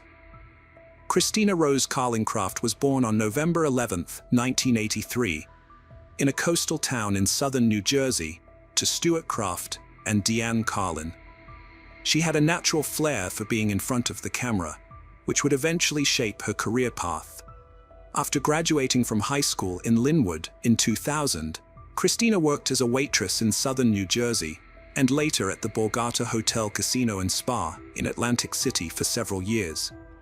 However, her ultimate dream was to become a model, and her determination paid off. She eventually found success in the modeling industry. In her promotional material, Christina revealed that she enjoyed participating in photo shoots featuring high-end lingerie and swimwear. According to Eva Waltz, a friend she met on a 3-day Maxim magazine shoot, Christina was a charming and beautiful woman with a great sense of humor. With dark hair and blue eyes, she embodied the essence of a fashion model. Christina had always dreamed of being on the cover of Playboy. In 2003, while working as a waitress at the Borgata Casino, she met Alex Urtielli. They started dating soon after, and Alex became her supportive partner, never opposing her career choices. After a long-term relationship, they got engaged. The couple stayed together until Christina's death. Christina achieved her goal of becoming Cyber Girl of the Month for May 2009 and was invited to the Playboy Mansion. She attended parties at the mansion, gaining entry into the glamorous world. This success marked the peak of her career, and her ambitions soared, especially after meeting Hugh Hefner, whose attention was hard to capture. However, despite this, Christina failed to become a Playboy magazine model. Thousands of girls send their photos to the magazine, but only one is chosen. At 26, Christina was considered too old for the magazine, which typically features younger models. This setback affected her confidence, but she continued modeling. Her extensive portfolio included work with Redken, Maxim, Victoria's Secret, Vanity Fair, and many others. To further her career, Christina moved to New York with her boyfriend Alex. However, not all brands were willing to work with her due to her explicit photo shoot.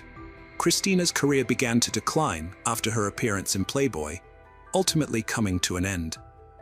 Overcoming this challenging period in her life was undoubtedly tough, but she always had Alex's support. Known for her elegant appearance, captivating beauty, and scandalous behavior, Christina made headlines in 2016 for causing a scene at the Smith, a restaurant in New York. According to law enforcement sources and court documents, Christina Carlin-Craft, 34, and her male companion got into an argument with the manager, Sergei Anakin, on March 6th over their bill. The man refused to pay, and the manager intervened. Witnesses claim Christina was drunk and falsely accused the manager of pushing her, but surveillance footage proved otherwise. She allegedly struck someone in the neck around 10 p.m., causing redness and significant pain. Christina was charged with misdemeanor assault, attempted assault, and harassment. However, the DA offered her a deal, and the charges were dropped on the condition that she remains trouble-free for 6 months. Christina has always had a fondness for Philadelphia, particularly Ardmore, which she considered a safe haven. With this in mind, Alex purchased an apartment in Ardmore in 2018 and relocated to Pennsylvania with her. However, Christina soon discovered that Ardmore wasn't as safe as she had thought. On August 18, 2018, she contacted the police to report a robbery. Earlier that evening, Christina had spent time at a bar in Philadelphia, but her memories of the night were hazy. The next thing she recalled was waking up the following morning, feeling groggy and suspecting that someone had drugged her with illegal substances. She had no recollection of how she got home or if anyone had accompanied her. At the time, Alex was away on a business trip. Feeling uneasy and anxious, Christina repeatedly expressed her concerns about her safety. During the investigation, police obtained CCTV footage showing a car arriving at Christina's apartment around 3 a.m. Unconscious in the back seat, Christina was being driven by a thief who stole her keys, entered her home, and plundered over $50,000 worth of valuables, including jewelry, designer bags, pillows, sunglasses, a credit card, and personal documents. The thief remained in the apartment for about an hour and a half before returning to the car, helping Christina inside, and then leaving her in the hallway. They placed the keys back in her purse and drove away. The police swiftly identified the perpetrator using a credit card statement. The driver was Andre Melton, a man with a prior criminal record. He was driving a rented 2018 Kia Sorento with Virginia license plates.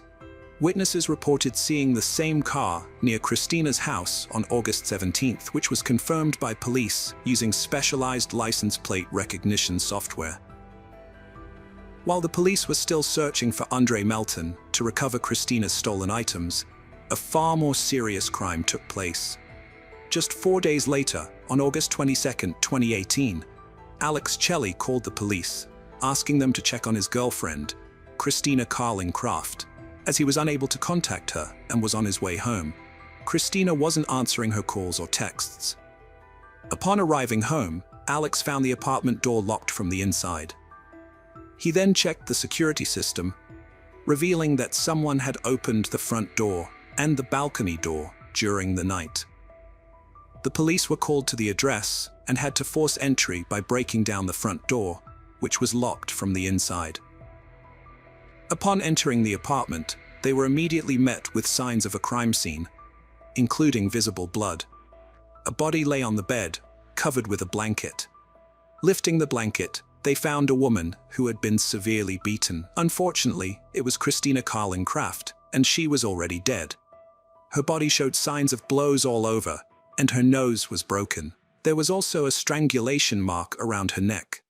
It was later discovered that Christina had been strangled with her own sweatpants. When the detectives identified the victim, they had to break the devastating news to Alex, who was waiting outside. His beloved Christina was dead. This shocking revelation sparked immediate suspicion, as the people closest to the victim are often implicated in such cases. The police did not dismiss the possibility that Alex might be the perpetrator. Alex and Christina had a long history together, and anything could have transpired between them. It was Alex who had contacted the police station, expressing concern for Christina's safety, only for her to be found dead soon after. These events seemed too coincidental. It was possible that Alex had orchestrated the scenario to divert suspicion away from himself. The investigators requested that Alex accompany them to the police station to answer some questions. He agreed without hesitation. During the questioning, Alex explained that he had an urgent work commitment in New York on August 21st and had planned to return. The following night, August 22nd, at 2:30 a.m., he called Christina to bid her good night, but she didn't answer. Given her habitual wakefulness at this hour, Alex grew anxious. He made several more calls, but Christina remained unresponsive. After reviewing the security system, he discovered suspicious activity in the apartment that night, prompting him to relinquish his business and rush back to Ardmore. After hearing Alex's story, the police no longer believed he was responsible for Christina's murder. His alibi checked out, and he couldn't have been in two places at once. They cleared him as a suspect, but the question remained: who killed Christina? Who would want her dead? The investigators looked into Christina's report of a robbery 4 days before her murder, suspecting a connection between the two crimes. This led them to Andre Melton, the thief who stole from Christina's apartment. Maybe he returned to steal again, but his plan was foiled when Christina caught him. Perhaps he discovered she had reported him to the police and decided to take revenge. On August 22nd, the day Christina's body was found, the police obtained an arrest warrant for Andre Melton. When they went to his address, however, they discovered he was no longer there. Despite his absence, they did find some of Christina's belongings still at the location. The police also managed to obtain surveillance footage from the night of the crime, which showed Christina leaving her apartment, then returning a few hours later with an unknown man. The footage was recorded at 3:08 a.m., and surprisingly, the man was not Andre Melton. Further analysis of the footage revealed that the unknown man did not leave Christina's apartment again. The police later found an explanation for this using CCTV cameras on the streets of Ardmore. They discovered that Christina had visited a Philadelphia bar before returning to her apartment. Investigators reviewed the CCTV footage from the bar, which showed Christina meeting a man who later hugged her. This was the same man she had returned to her apartment with. After leaving the bar, Christina and her new friend were involved in an altercation. In the days that followed, detectives worked to reconstruct Christina's movements on the day she died, gathering data to piece together the events leading up to the crime. The police quickly ruled out Melton as a suspect, as he was not with Christina on the day of her death. However, it remained unclear whether her death was connected to the earlier robbery or simply a coincidence. On August 25th, the police received a new lead. Andrew Sanford, the taxi driver who had driven Christina and her companion that night, came forward. According to Sanford, Christina and the man had hailed him down rather than using the taxi app and had negotiated the fare. Sanford reported that the couple seemed affectionate and did not arouse his suspicion.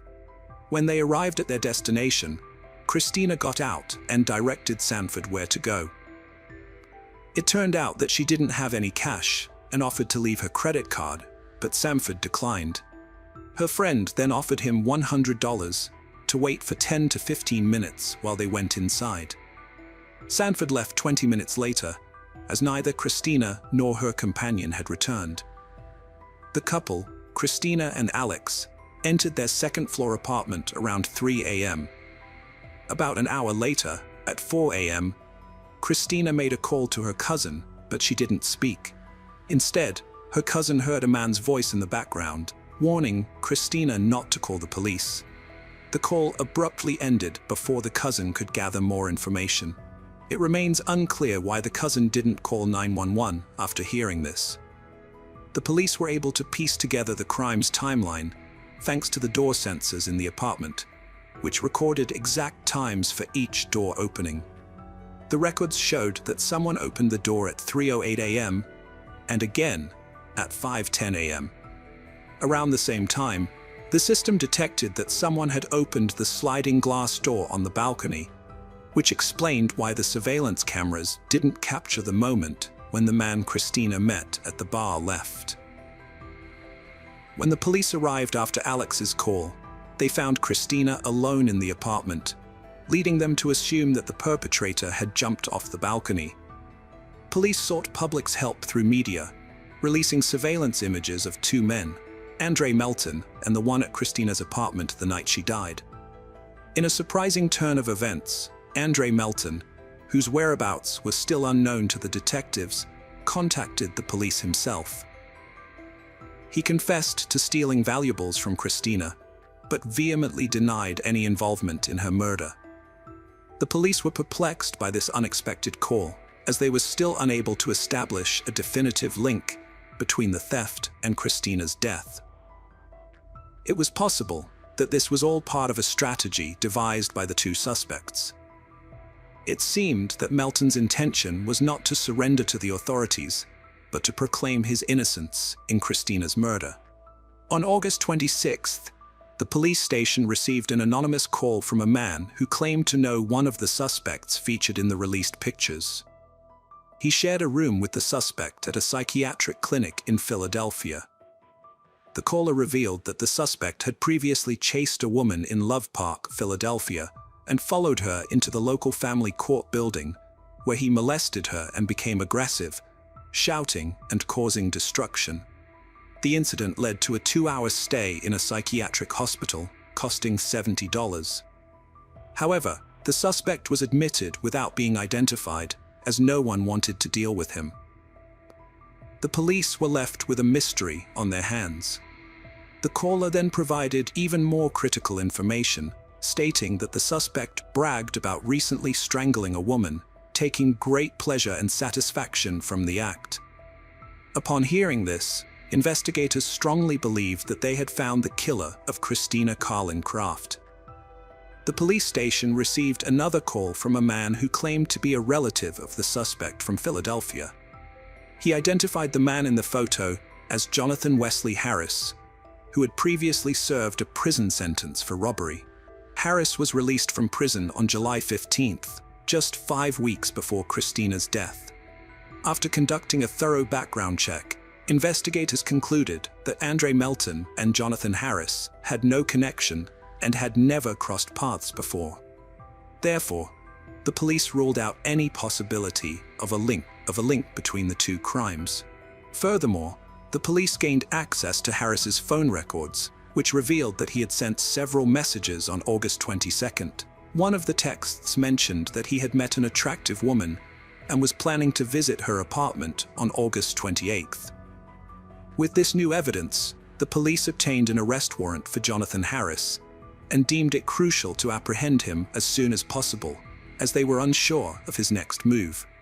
However, tracking Harris down proved to be a challenge, as he had left no trace. Investigators finally got a break when they contacted Harris's sister on August 29, 2018, and learned that he had recently purchased a bus ticket to Pittsburgh. Unfortunately, they discovered that Harris was already on the bus when they spoke with his sister. The police realized they wouldn't be able to catch up with him, leaving the Pittsburgh police as their last hope. It was essential to be in the right place at the right time to apprehend Harris. The police investigating Christina's death reached out to the Pittsburgh Law Enforcement Agency for assistance. They provided the exact time of the bus's arrival in Pittsburgh and sent over a photo of Harris. The fugitive task force then set up an ambush, blocking all potential escape routes, ready to apprehend the suspect at a moment's notice. Shortly after, one of the employees spotted the bus approaching. They allowed Harris time to calmly disembark, avoiding any sudden moves that might provoke a reaction. About 10 minutes later, a policeman intercepted him. I saw his eyes scanning, searching for an escape route, but it was too late. According to a Pittsburgh police officer, when the officer asked Harris to identify himself, he provided a false name. He was subsequently arrested and taken into custody at the police station. Detectives from Philadelphia traveled to Pittsburgh to question Harris. They requested that he recount the events of the night he met Christina. Harris claimed to have seen her on multiple occasions at bars and nightclubs in Philadelphia. Christina Carlin Craft was struggling to adjust to her new life in New York, which had drastically altered her daily routine and environment. As a result, she would frequently visit bars, cafes, and nightclubs, but she was always by herself since Alex was constantly working and she had not yet formed new friendships. It was common for men at these establishments to approach her, taking advantage of her solo status. Harris was one of those men. Harris claimed he was drunk and high on illegal drugs when he met Christina. They had a drink, then went to her place, where they drank more and had consensual sex. Harris demanded $1,200, but Christina refused, sparking a heated argument. Harris said she hit him with a wine bottle, so he hit her back, causing her to fall. When she tried to call the police, he strangled her with sweatpants until she passed out. Jonathan Harris's story had inconsistencies. A toxicology report on Christina's body found only alcohol, contradicting his claim of a single hit. When confronted, he admitted lying.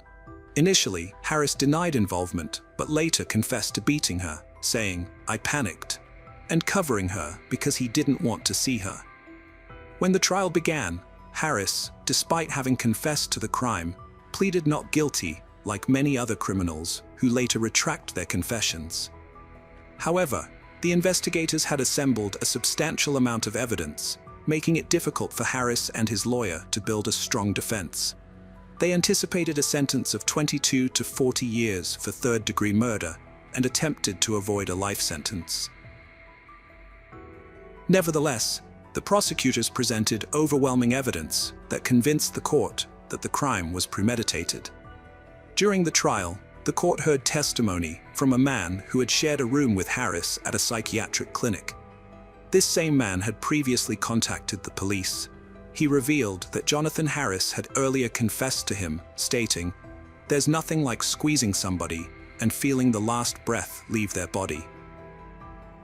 In August 2019, Judge William R. Carpenter sentenced Jonathan Wesley Harris to life in prison without parole, plus an additional 22 to 45 years. The judge added the extra decades to ensure that Harris would never be freed, sending a message to future governors or pardon boards. In December 2018, Philadelphia police arrested Andre Melton for the robbery of Christina Carling Craft's apartment. In March 2020, the court sentenced him to 1 to 4 years in prison, followed by 3 years of consecutive probation, which means Melton will be under court supervision for a total of 7 years.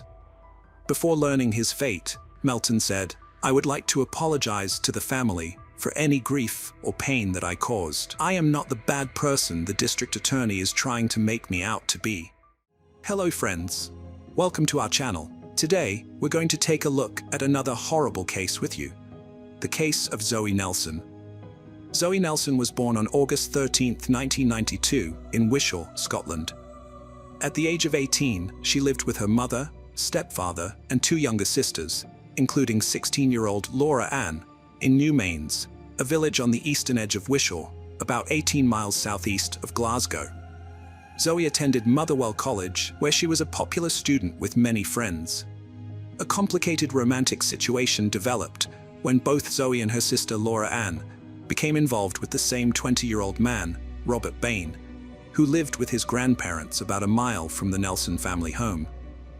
Tensions between the sisters increased, leading to conflicts. On May 22, 2010, Zoe met Robert outside her home, which upset Laura Ann. When Laura Ann saw this, she rushed out of the house to confront Zoe. Their 40-year-old mother, Mary Ann Nelson, witnessed the fight between her daughters. According to Mary Ann, Laura Ann tried to provoke Zoe by flicking her hair and attempted to slap her face, leading to a physical altercation at the end of the driveway. Mary Ann intervened, breaking up the fight and telling the sisters to leave and not come back. Zoe complied with her mother's order and never returned home. At around 11 p.m. that same day, some locals spotted someone setting a fire in the wooded area known as Monkey Hill. The smell of smoke drifted to nearby homes, but at the time, no one paid much attention. Zoe's aunt, 35-year-old Shirley Nelson, later remembered that night, describing how she was sitting in her garden in New Mains after finishing her second shift at work. She and her sister sat in the back of the house until about 11 p.m. when it got cooler and they smelled smoke. However, they didn't think anything of it because of the warm weather. The next day, Zoe's family tried to contact her, but no one answered. On the afternoon of May 23rd, Stuart Bell, a 45-year-old government employee from Wishaw, rode his motorcycle into a nearby wooded area and saw something strange. At first, he thought it was a charred tailor's dummy, but upon closer inspection, he realized it was a human body that had been badly damaged in a fire. he immediately went home to call the police, who arrived 15 to 20 minutes later. When the police arrived, they sealed off the area, as nothing so horrific had ever occurred there before. News of the body's discovery quickly spread, and when Zoe's family learned of it, her mother, Marianne Nelson, went to the police to report her daughter's disappearance, which had happened after they had fought, and Marianne told Zoe not to come home. The police soon broke the devastating news to the Nelson family. Zoe had fallen victim to a crime. Marianne issued a statement through the police, describing Zoe as a typical popular 17-year-old with a strong presence in the local community and many friends. In just a couple of months, she would have turned 18. Her family is deeply distraught over her loss. Zoe's stepfather, Daniel, and her sisters, Laura Ann and Ashley, are heartbroken about what happened, and the family is urging anyone with information to come forward and assist the police in their investigation. Hugh Logan, the principal of Motherwell College, where Zoe studied vehicle body repair, expressed shock on behalf of the college community upon learning the dreadful news of her death. He described Zoe as a very popular student and conveyed that the college's thoughts are with her family and friends. A thorough investigation of the scene spanned several days, with a team of at least 50 police officers working on the case. Detective Derek Robertson, part of the main investigation team, lamented the loss of Zoe's young life and vowed that his officers would not rest until the perpetrator was caught. He urged anyone who saw Zoe between 5 p.m. and 11:20 p.m. on Saturday night to come forward and assist the investigation. Robertson noted that, given the area's popularity on the hottest day of the year, numerous people would have been taking shortcuts and sunbathing, and that the police were particularly interested in speaking with those who may have used the dirt trails, including one that crossed near the location where Zoe's body was found.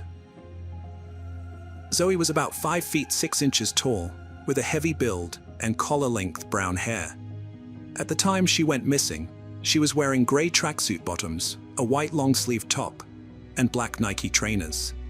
The detectives have been reviewing CCTV footage, phone records, and computer data, as well as conducting door-to-door inquiries and speaking to Zoe's friends and family to try to recreate her last movements on May 26th. The police released video footage from a local shop where Zoe was seen just hours before she died. These small details were crucial to the investigation, as they helped the police trace Zoe's movements and ultimately led to the arrest of the person responsible for her death.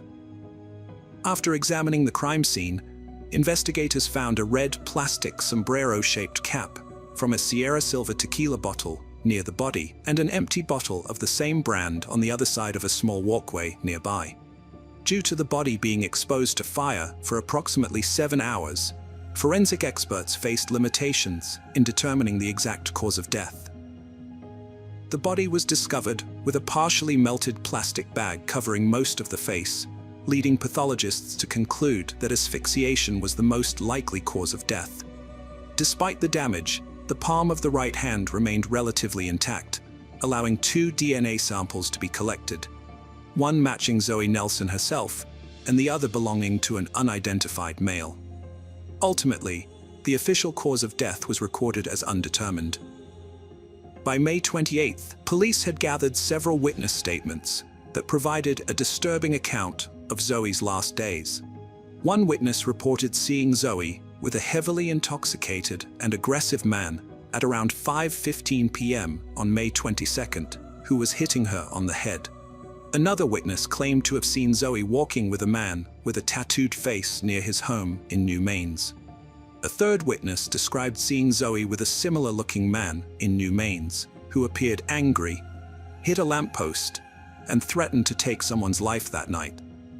Multiple witnesses came forward, all describing the same young man, 20-year-old Robert Bain. Notably, Robert Bain had a prior criminal record despite his youth.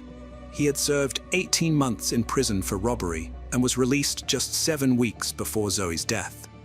Additionally, he had been arrested 4 times for possessing illegal substances, though as a juvenile, he faced minimal consequences.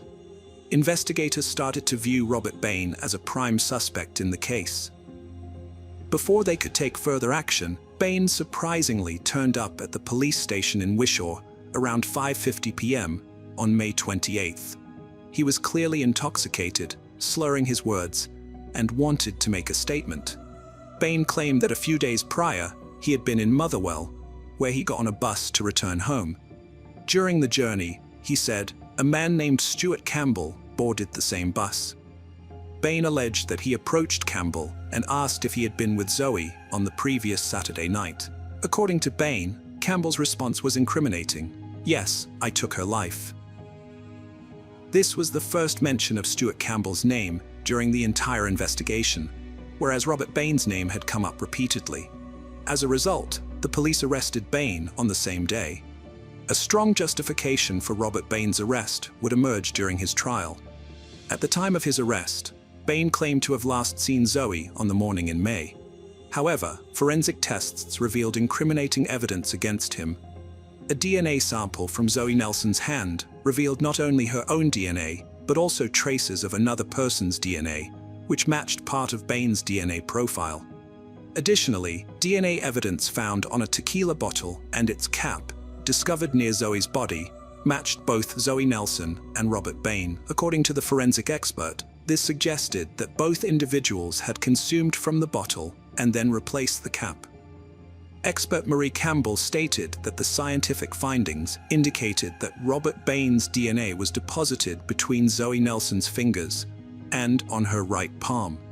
The chances of the DNA found on the red plastic sombrero lid belonging to anyone other than Robert Bain were an astonishing 10 million to 1. Robert Bain was accused of being involved in Zoe Nelson's death due to multiple eyewitness accounts and DNA evidence. Despite this, he pleaded not guilty and acted defiantly, even confronting one of the investigators. He also denied an earlier alleged assault on Zoe, where a witness claimed he struck her on the head with his fist. Hundreds attended Zoe Nelson's funeral at Courtness Memorial Church on June 16, 2010. She was laid to rest at Campus Nathan Cemetery. Over 200 mourners, including her mother, sisters, and grandmother, gathered to pay their respects. Reverend Graham Rayburn led the service, noting the large turnout as a testament to Zoe's significant impact. He described her as a happy, cheerful teenager with a big heart who loved fast cars and rangers. Sadly, she never met her newborn nephew or got to contact her biological father. On March 1, 2011, Robert Bain's trial began, during which he maintained his innocence. Testifying in court, Zoe Nelson's teenage friends recalled a conversation they had with her a week before her death, in which she attributed her scratches and bruises to a fight with Robert Bain. According to her friends, Zoe described Bain as bossy, unstable, and prone to anger over minor issues. He also controlled her social circle, dictating which friends she could see. Although Zoe and Bain's relationship was relatively short-lived, given he had only been out of prison for 2 months, he exerted significant influence over her and also pursued a relationship with her 16-year-old sister, Laura Ann. Notably, Laura Ann was aware of her sister's death 5 days before the body was discovered by a passerby, but kept this secret until the trial, where it was revealed that Bain had taken Laura Ann to the location of Zoe's body. Laura Ann, who testified from behind a screen to avoid seeing Bain, recounted that on May 23rd, the day after her argument with Zoe, she visited Bain's address to return some clothes. Upon arrival, she observed that Robert seemed nervous and had been consuming vodka. They soon left the house, with Bain claiming he wanted to show her something. According to Laura Ann, he led her to the location where Zoe's body lay. Recognizing the ranger's tattoo on her arm, Laura Ann identified the body as her sister. During court questioning, Laura Ann stated that Bain had confessed to hitting Zoe, and when Zoe attempted to retaliate, he lost control and took her life. Bain then allegedly used gasoline in an attempt to eliminate any evidence of the crime. Laura Ann confessed to walking with Bain on the day following the discovery of the body. Afterwards, she visited his home, spending time in his bedroom, where they listened to music together. She also had a phone conversation with him that lasted around an hour. A friend of Laura Ann, who testified in court, recalled that Laura Ann seemed happy and normal, despite knowing her sister was dead. When questioned about why she didn't reveal everything to the police during her initial interrogation, Laura Ann explained that she was afraid that if she told them, her mother wouldn't believe her and would think she was responsible for Zoe's death. The jury heard testimony from Laura Ann Nelson, who stated that Robert Bain had threatened her, saying she would face the same consequences as Zoe if she told anyone about his actions. On March 25, 2011, a jury of 7 men and 7 women delivered a unanimous guilty verdict. As the verdict was read, Bain became violent, requiring physical restraint. Handcuffed, he jumped up in the dock, struggling with security officers and police, and headbutting one of them. He also shouted insults and threats at Zoe Nelson's family, forcing the courtroom to be cleared while order was restored. After a 20-minute adjournment, Judge Lady Dorian agreed to proceed with the trial in Bain's absence. In a separate matter, Robert Bain was acquitted of stealing alcohol from an Asda store in New Mains on May 22nd, as well as disorderly conduct related to yelling, cursing, and waving a knife in various streets in Wishaw on the same day. Bain was also acquitted of stealing Zoe's cell phone, which was found in the woods, and of threatening a police officer during an interview at the Motherwell police station on May 28th. On April 27, 2011, Robert Bain was sentenced to life in prison with a minimum term of 20 years for taking the life of Zoe Nelson. He received another 6 years for the obstruction of justice charge, and both sentences were to be served concurrently. The judge, Lady Dorian, described the crime as appalling and shocking. On Christmas Eve 2022, 29-year-old Laura Ann Nelson was found dead in her apartment after not being heard from for days. She was left with 2 children, ages 3 and 4. Her death was not considered criminal, as she had health problems, namely type 1 diabetes. Welcome to our channel. Today we're going to take a look at another horrible case with you. The case of Sierra Breland. The disappearance of 31-year-old Sierra Breland, an Indiana lawyer from Cleveland, Georgia. The last time she was seen was on February 24, 2022 at 7:17 p.m. when a surveillance camera captured her outside her mother-in-law's home in Johns Creek. Despite extensive efforts by the police and her family, Sierra's whereabouts and what happened to her remain unknown. Sierra was a cheerful and ambitious woman, according to her mother Kelly. She was determined to be taken seriously, so she worked hard to become a lawyer, following in her mother's footsteps as a paralegal. Growing up in Georgia, Sierra dreamed of living in Atlanta one day.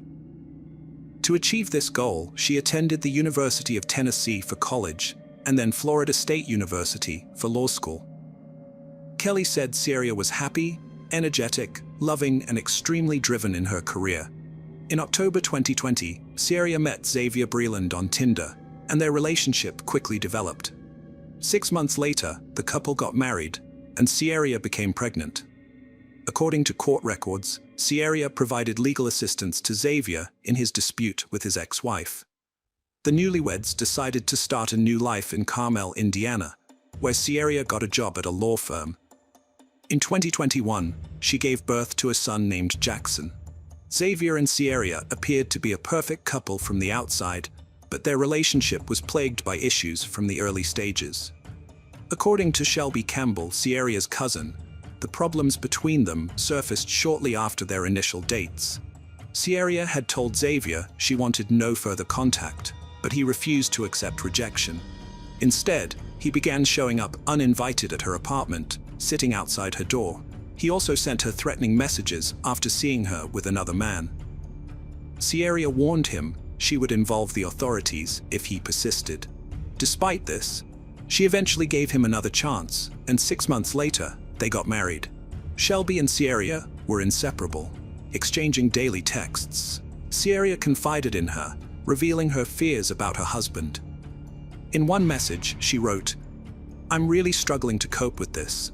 I don't want to give up on someone I love and abandon our family, but his behavior is getting worse, not better. It makes me wonder what the future holds. He used to feel guilty when he said hurtful things, but lately he doesn't even apologize. He blames me, saying I did this because you made me. Syria feared that if something happened to her, her husband would be to blame.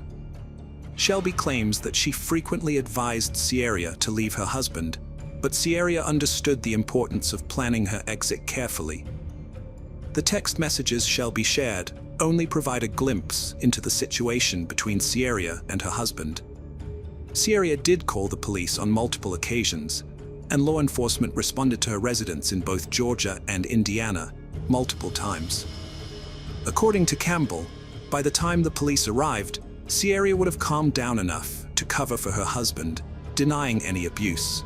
Shelby revealed that an investigator even contacted Sierra's mother after one of these incidents, telling her that he knew Sierra was lying about the abuse when she called 911.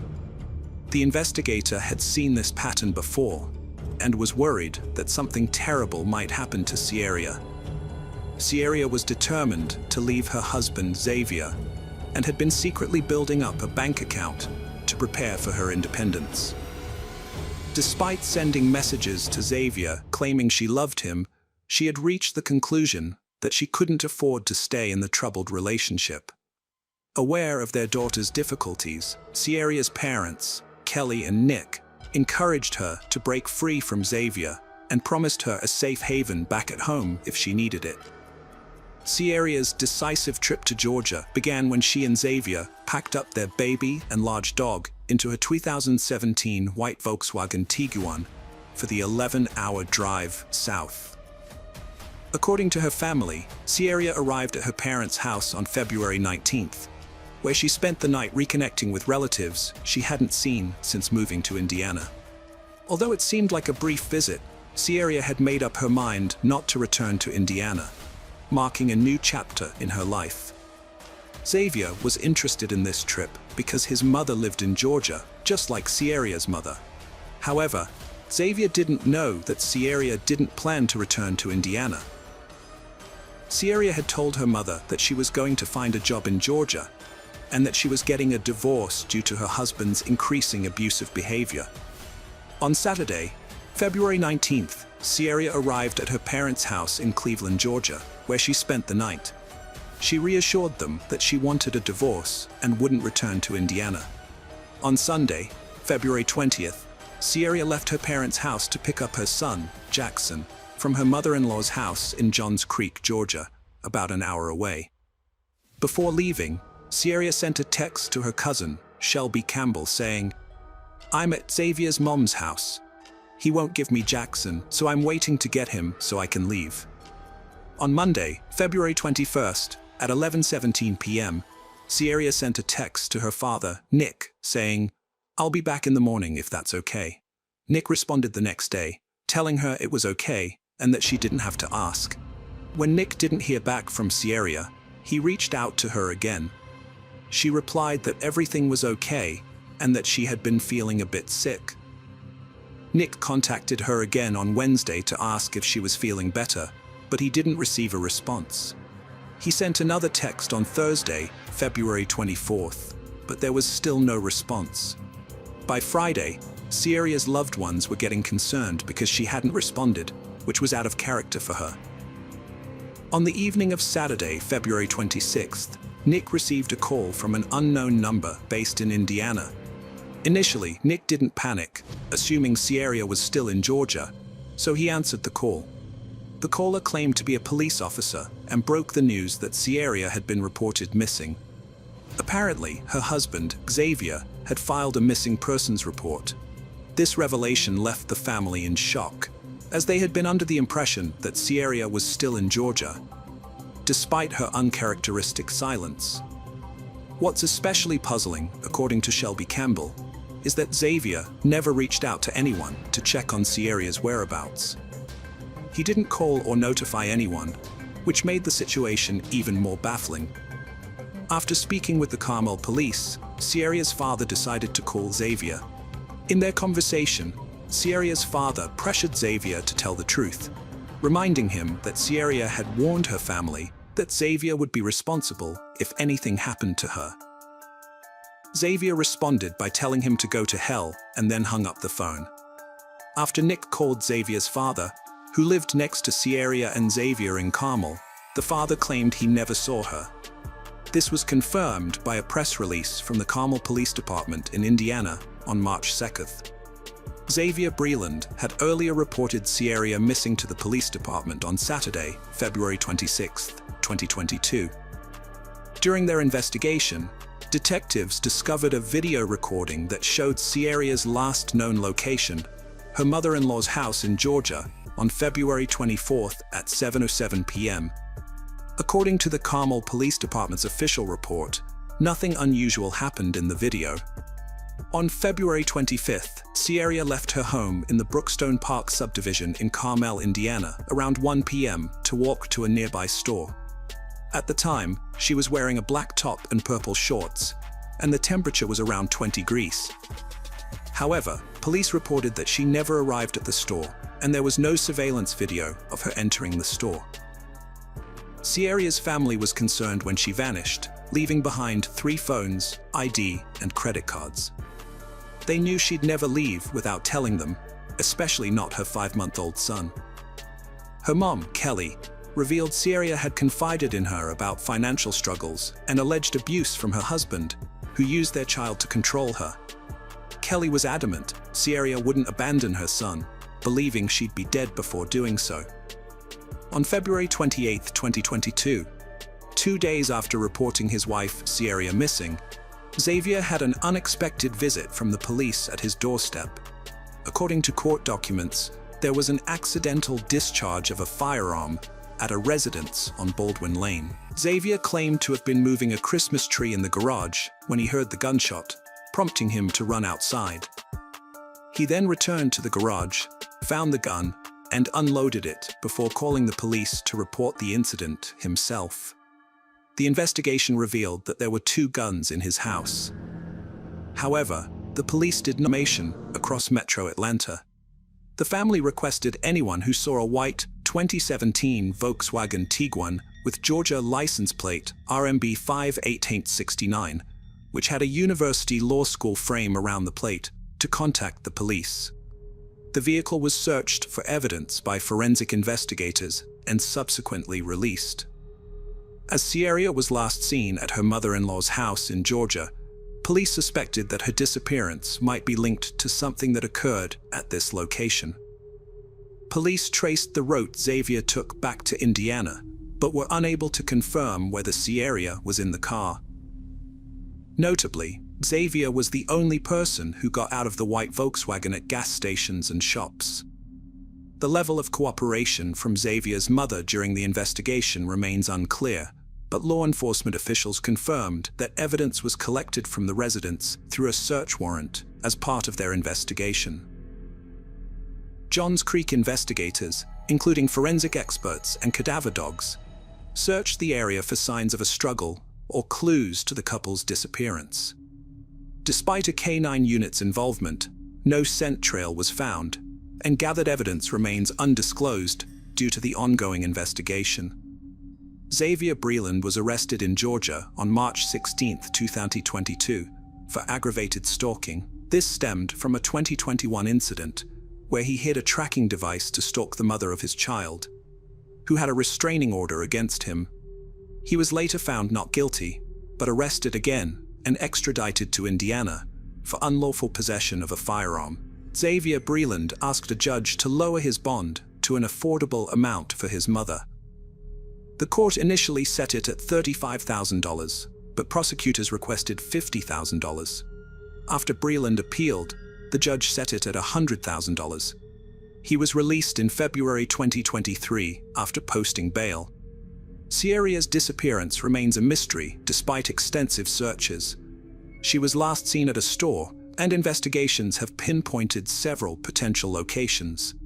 The vast search area spans millions of acres of state and federal land, parks, and undeveloped areas in Georgia, plus thousands of acres of railroad and utility easements. According to Kelly Breland, law enforcement has gathered evidence and statements from multiple states, but these are like puzzle pieces without a complete picture. Some items were removed from Xavier's mother's home, as revealed in court documents related to a civil case filed by Xavier's mother against Xavier's sister. As part of their search, crime scene investigators cut and removed the carpet and mattress from Xavier's mother's home on April 21, 2022, according to documents from the familial civil dispute. After Xavier Breland's arrest on March 1st, 5-month-old Jackson was placed into state care. Since then, Jackson's grandparents, Nick and Kelly Miller, have been able to be with the infant and are working to bring the baby back home to Georgia. Past year, numerous searches focused on specific areas, but no leads on the new mom's disappearance. Police reconstruct events, distribute flyers, and use electronic signs to raise awareness. Sierra, 5'7", 120 pounds, blonde hair with distinct tattoos. She was last seen in a white 2017 VW Tiguan with GA plate RMB 5869. If seen in Feb, contact authorities. Xavier is the only person of interest that police have publicly named in connection with Sierra's disappearance. But so far, no charges have been filed against him. Despite this, Sierra's family remains convinced that Xavier knows what happened to her and is the only one who can provide the answers they need to bring closure and allow Sierra to rest in peace. Kelly Breland, a family member, believes that Sierra's body might be located in one of 4 states: Georgia, Tennessee, Kentucky, or Indiana. She is appealing to outdoorsmen and fishermen in these states to be vigilant and report any information they might have to the authorities. In a separate development, Sierra's parents have been granted custody of the couple's child. It's worth noting that Xavier Breland was previously arrested and released on bail for illegal possession of firearms. His trial was set to take place on December 28, 2023, but he failed to appear in court, and his current whereabouts are unknown. As a result, a rearrest warrant has been issued, and law enforcement is working to track him down. This recent development adds another layer of complexity to the already puzzling case of Sierra's disappearance. Xavier Breland, a 6'1" tall, 160-pound black man with brown hair and green eyes, has gone missing. There is a warrant out for his arrest, and the FBI has joined the search for the missing woman, Sierra, whose body has not been found. The disappearances of both Xavier and Sierra have raised many unanswered questions. Sierra's mother, Kelly Breland, believes her daughter was afraid of Xavier and did not plan to return to Indiana with him. With both individuals now missing, the case has become even more urgent. The trial related to Xavier's gun charge has been postponed multiple times. Law enforcement and Sierra's family are now seeking the public's help in finding Xavier and Sierra, hoping to shed light on the mysterious circumstances surrounding their disappearances. Hello friends, welcome to our channel. Today we're going to take a look at another horrible case with you. The case of Marilyn Levesque. In the year 2020, the body of 22-year-old Marilyn Levesque was discovered with multiple stab wounds, sparking a massive public outcry. The community was outraged, demanding that Canadian authorities provide an explanation for how such a heinous crime could have occurred. Marilyn was born in 1997 in Chicoutimi, Quebec, to Corinne Levesque and François Goulet, who separated soon after her birth. Those close to her described her as kind, outgoing, and always friendly. Marilyn grew up partly with her mother and partly in foster homes. She left her hometown for Quebec City at the age of 17 and returned after a breakup with her boyfriend. From then on, she commuted between the two cities, working in Quebec City 2 or 3 days a week and taking the bus or carpool services, since she didn't have a driver's license. By early 2020, Marilyn was living with her new boyfriend, Gabriel Truchon, in the Chicoutimi district, about 130 miles from Quebec City. Gabriel said Marilyn dreamed of a stable life and wanted to pursue a career in architecture.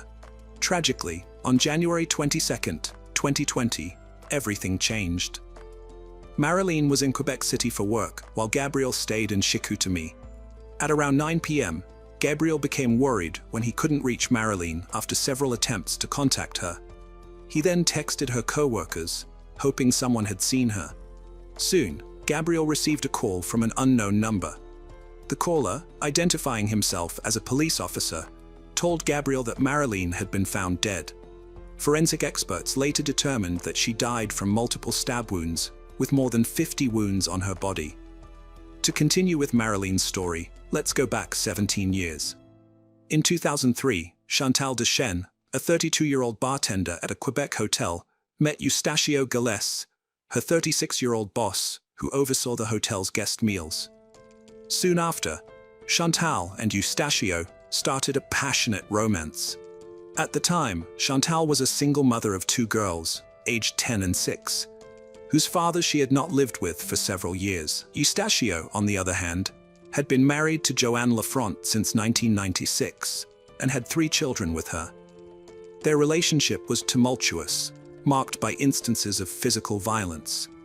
For instance, Eustachio would occasionally smash walls in their home during fits of anger. On one occasion, while traveling through Ottawa, he assaulted his wife and was arrested, spending 7 days in jail. Despite these incidents and other forms of verbal abuse, Joanne Lafront claimed she wasn't afraid of her husband, describing him as a good father to their children, although his demanding job often kept him from spending time with the family. When Eustachio began his romance with Chantal, he left his wife Joanne and their 3 children to move in with his new love. The whirlwind relationship was soon formalized, and Chantal and Eustachio got married. At first, everything seemed perfect for the couple, as is often the case. Eustachio got along great with Chantal's kids, and they spent their weekends together, going to the movies, skating, and enjoying other activities. However, the relationship began to unravel as quickly as it had started. Meanwhile, Eustachio was working over 60 hours a week as the food and beverage manager at the hotel. He warned his supervisors he would quit on December 31, 2004, due to the unbearable job pressures, but he didn't confide in his employer about his personal struggles.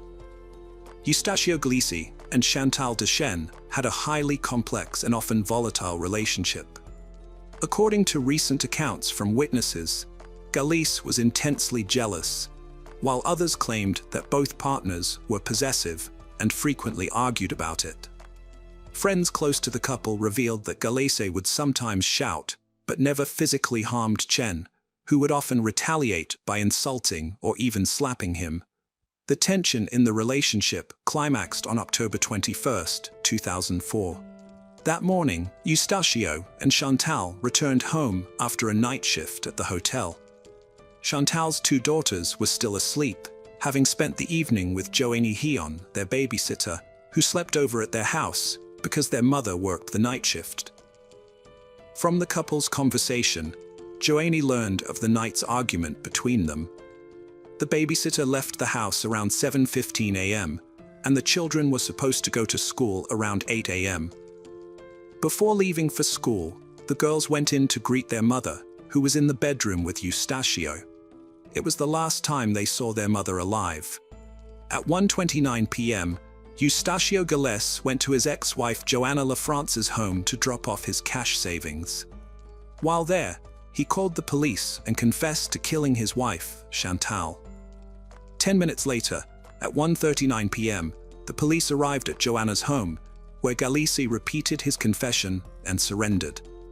Galles urged the police to hurry to the school before Chantal's 2 daughters returned home and discovered their mother's body. Meanwhile, the police went to Chantal's home, where they found her bloody body on the bed in her bedroom. Next to the body, they found 2 blood-stained knives and a broken hammer. An autopsy revealed that Chantal died from multiple hammer blows and stab wounds. The hammer blows were so brutal that the handle broke. In 2006, a jury found Galles guilty of second-degree murder during his trial. He admitted that he killed Chantal because she had decided to leave him. Galles was sentenced to life in prison with no possibility of parole for 15 years. Galles had a history of violent behavior towards his partners. In 1997, He was jailed for 7 days for assaulting his first wife, Joanne LaFrance. Tragically, he went on to kill his second wife, Chantal Dechaine, in 2004. This pattern of behavior suggests that Gallice had a tendency to abuse women. Despite this disturbing history, the parole board to release him in March 2019, concluding that his risk of reoffending was low. As a condition of his parole, Gallice was permitted to date women to meet his sexual needs, but with strict limitations. His parole officer set rules for his interactions with women, allowing him to visit an erotic massage parlor once a month, but prohibiting romantic relationships. Additionally, he was required to observe a curfew between 10 p.m. and 8 a.m. unless attending an Alcoholics Anonymous meeting. However, Gallice struggled to abide by these rules, frequently visiting the massage parlor several times a week instead of just once a month. In March 2019, Gallice was released. Later, in June, the 51-year-old visited an erotic massage parlor where he met 22-year-old Marilyn Levesque, an employee.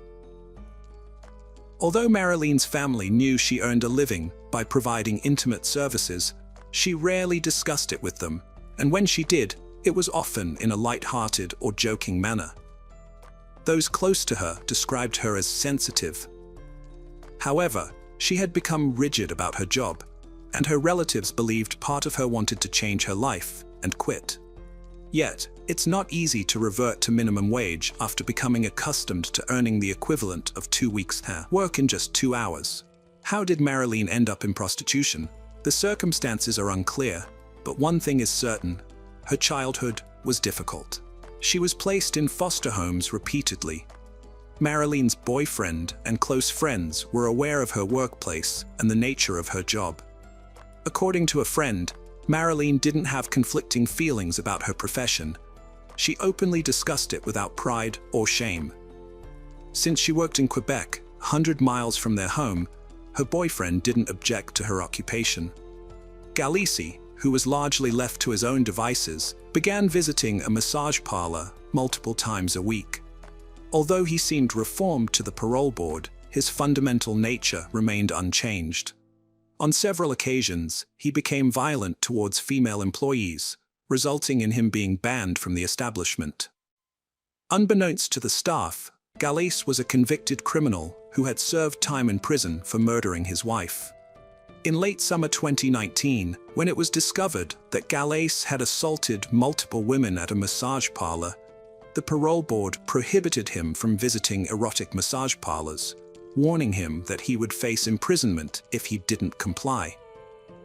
However, by then, Gallice had developed romantic feelings for Marilyn and found a way to bypass the rules.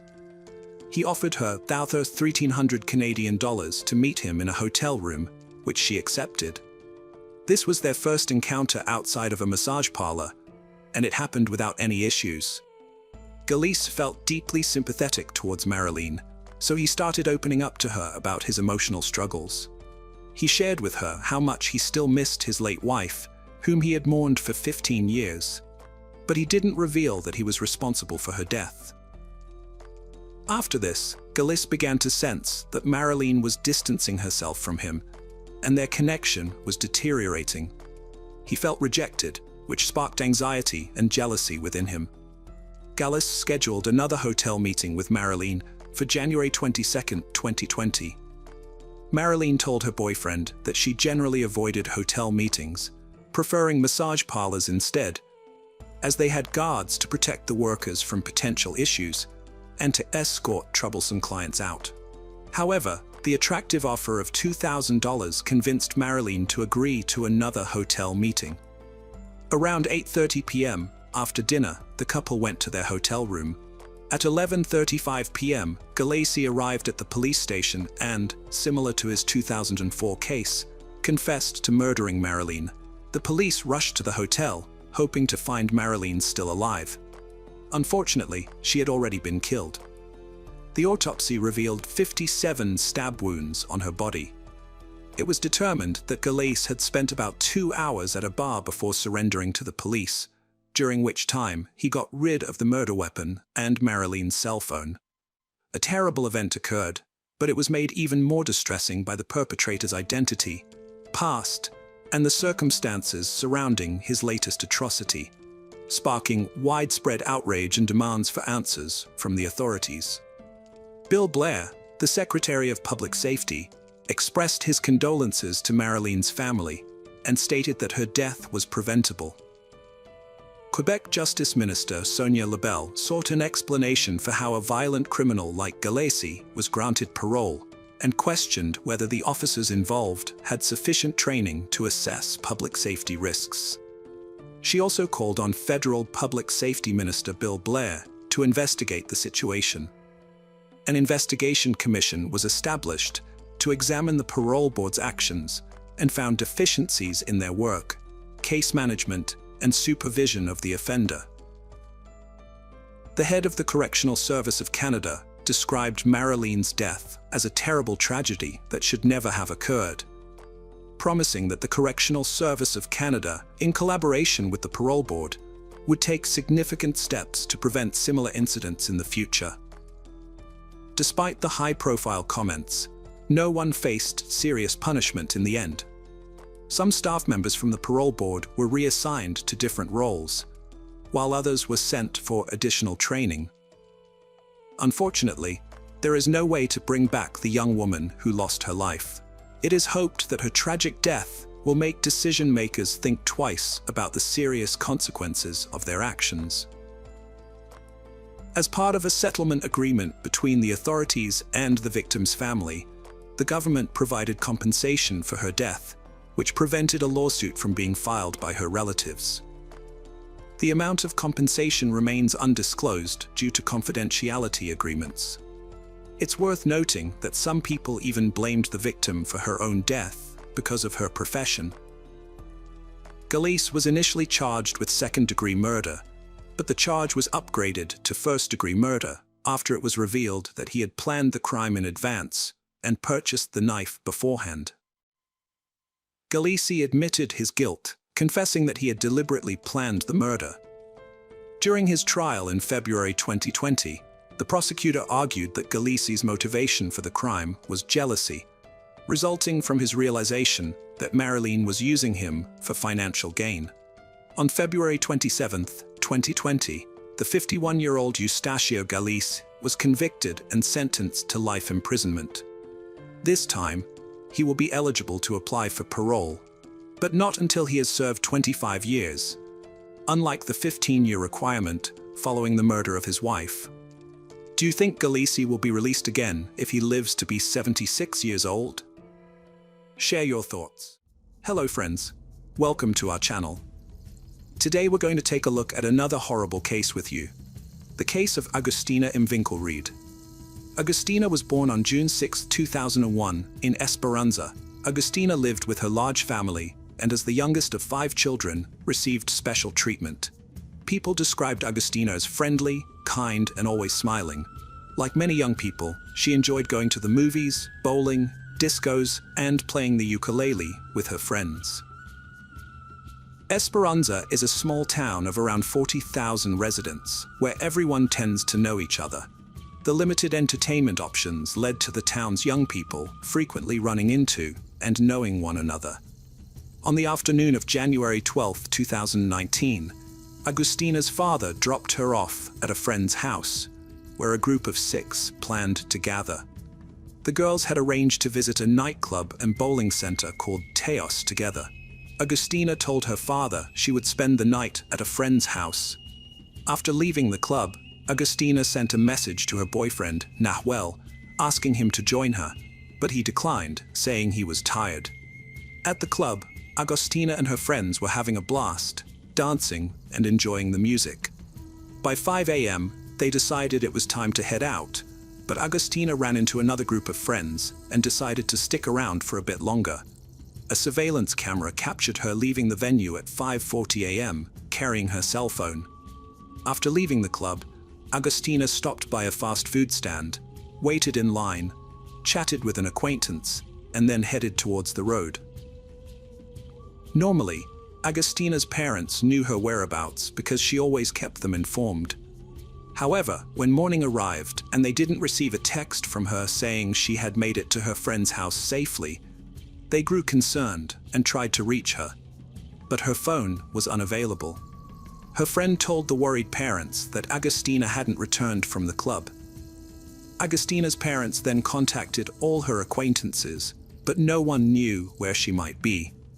As a result, Agostina's father called the police and began searching for his daughter on his own. Daniel Rinclavery, a well-known local figure and president of the town's soccer club, was also the owner of a small furniture manufacturing and sales company. When news broke that he was in distress, many townspeople volunteered to help with the search for his missing niece, Agostina. Agostina's friends turned to social media to spread the word about her disappearance, which eventually caught the attention of television news programs. As a result, the police launched an investigation, focusing on Tio's club, the last place Agostina was seen. They interviewed potential witnesses and reviewed surveillance footage, which showed Agostina walking towards the road, but didn't provide any further leads. The police then broadened their search, questioning residents living along the road and staff from nearby businesses.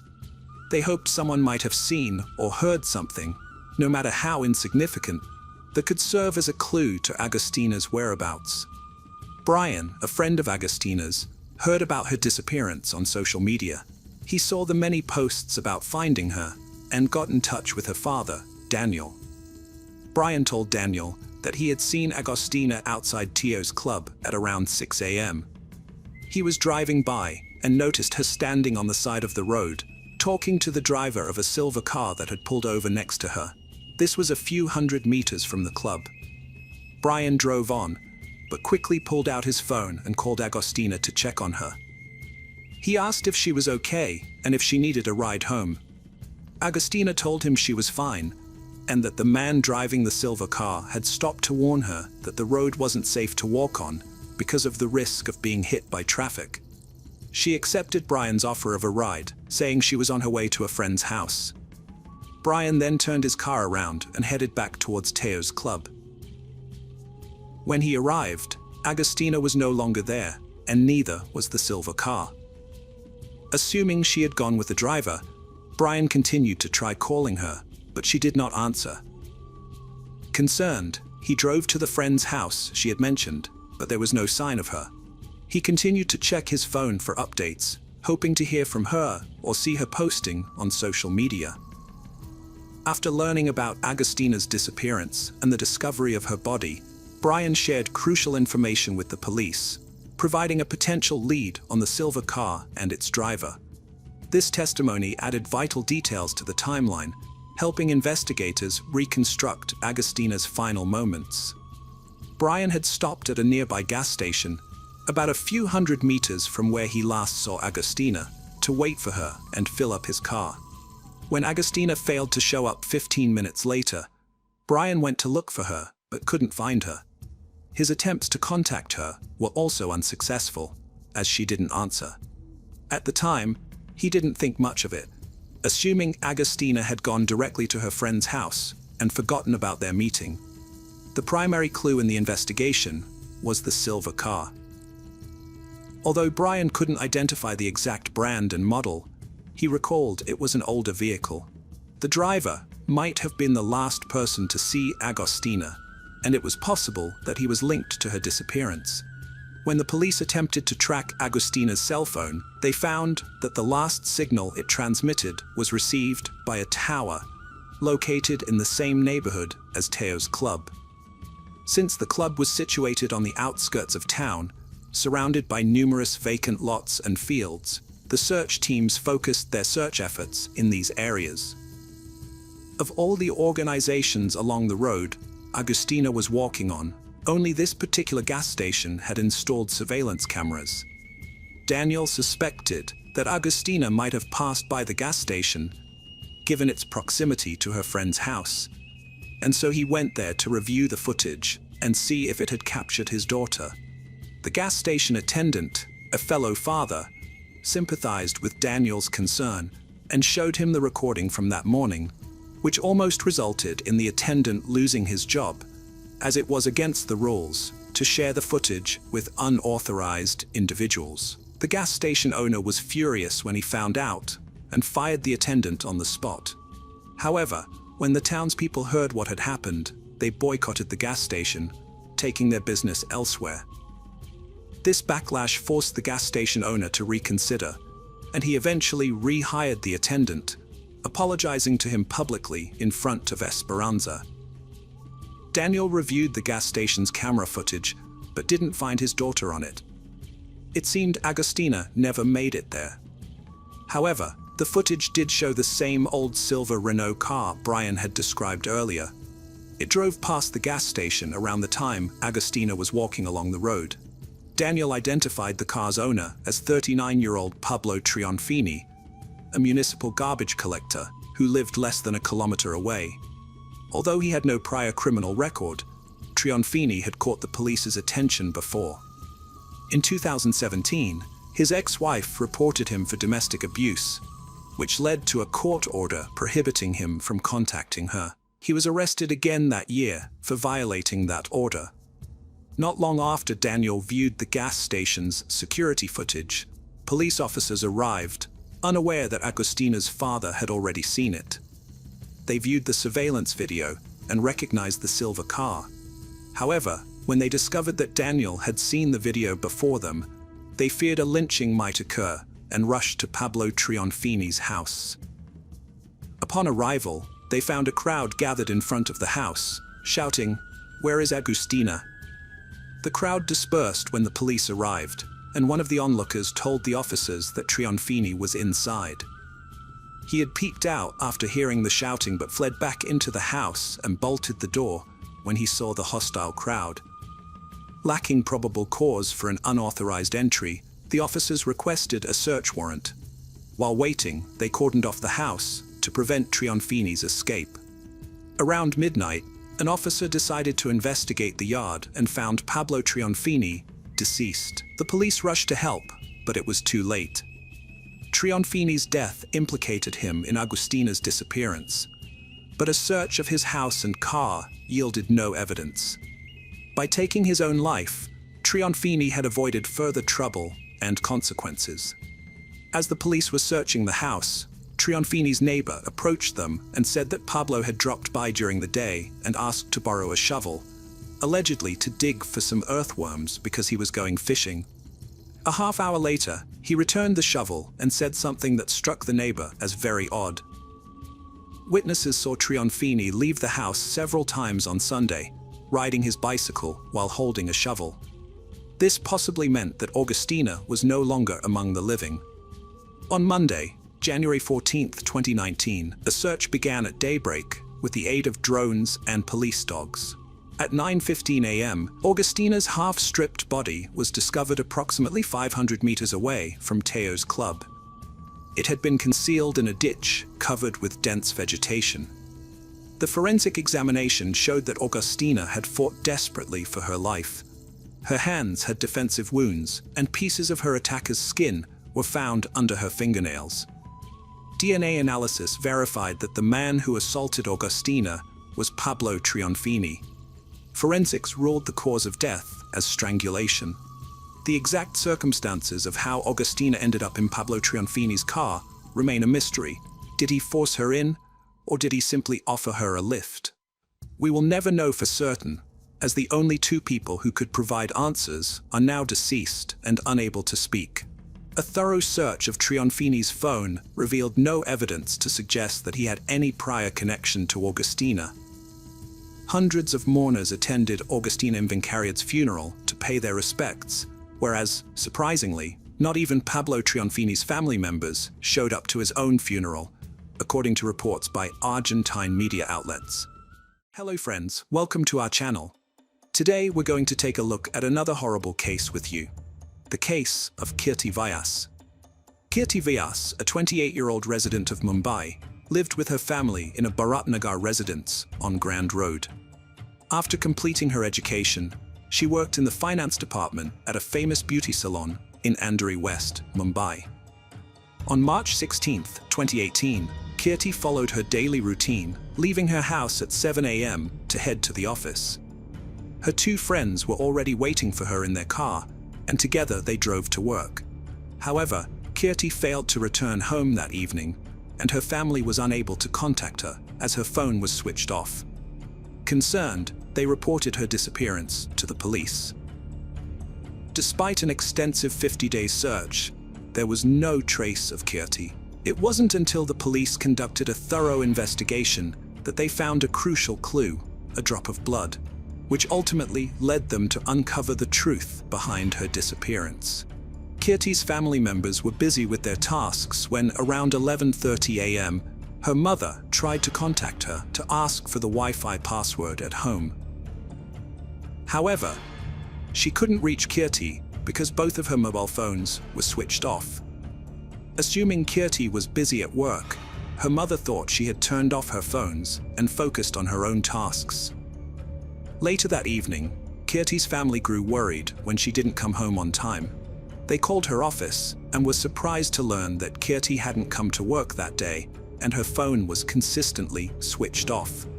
Distressed, they contacted Kirti's close friends, who said they had last spoken to her the previous night. The family then began searching for Kirti in the vicinity, but despite their efforts, her whereabouts remained unknown. The entire night passes, but Kirti fails to return home. The following day, overcome with exhaustion and defeat, Kirti's family files a report of her disappearance at the DB Road police station. After registering the case, the police investigation team visits Kirti's office to gather information about her. They also question her friends. During the interrogation, two of Kirti's friends, Tamna and Kushi Sahajwani, informed the police that they dropped Kirti at Grand Road Station on the day she went missing, as per her request, while they were driving her to the office. To verify their statements, the police examined the CCTV footage outside Kirti's house. The footage clearly shows Kirti leaving her house around 9 a.m. on the morning of March 16, 2018. Tamna and Kushi Sahani were already waiting with their car, and Kirti gets in. They then drive away. Since this was the last time Kirti was seen with her friends, the police asked Tamna and Kushi Sahani to join the investigation team and provide any information they have about Kirti, no matter how small, and details about the events of March 16, 2018. The 28-year-old finance manager, Kirti, has disappeared, and the Mumbai police have yet to uncover any clues about her whereabouts. She was last spotted outside her building, getting into an SUV owned by her colleague. According to her colleague, he dropped her off at Lamington Road. As Kirti was last seen with Siddesh and Kushi, the police initially suspected their involvement in her disappearance.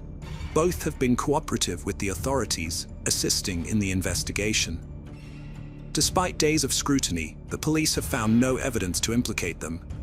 In fact, Siddesh and Kushi have even launched social media campaigns on Facebook and Twitter to help locate Kirti. As a result, the police have cleared them of any suspicion. However, the police are still faced with a daunting task of finding Kirti, whose disappearance remains a mystery.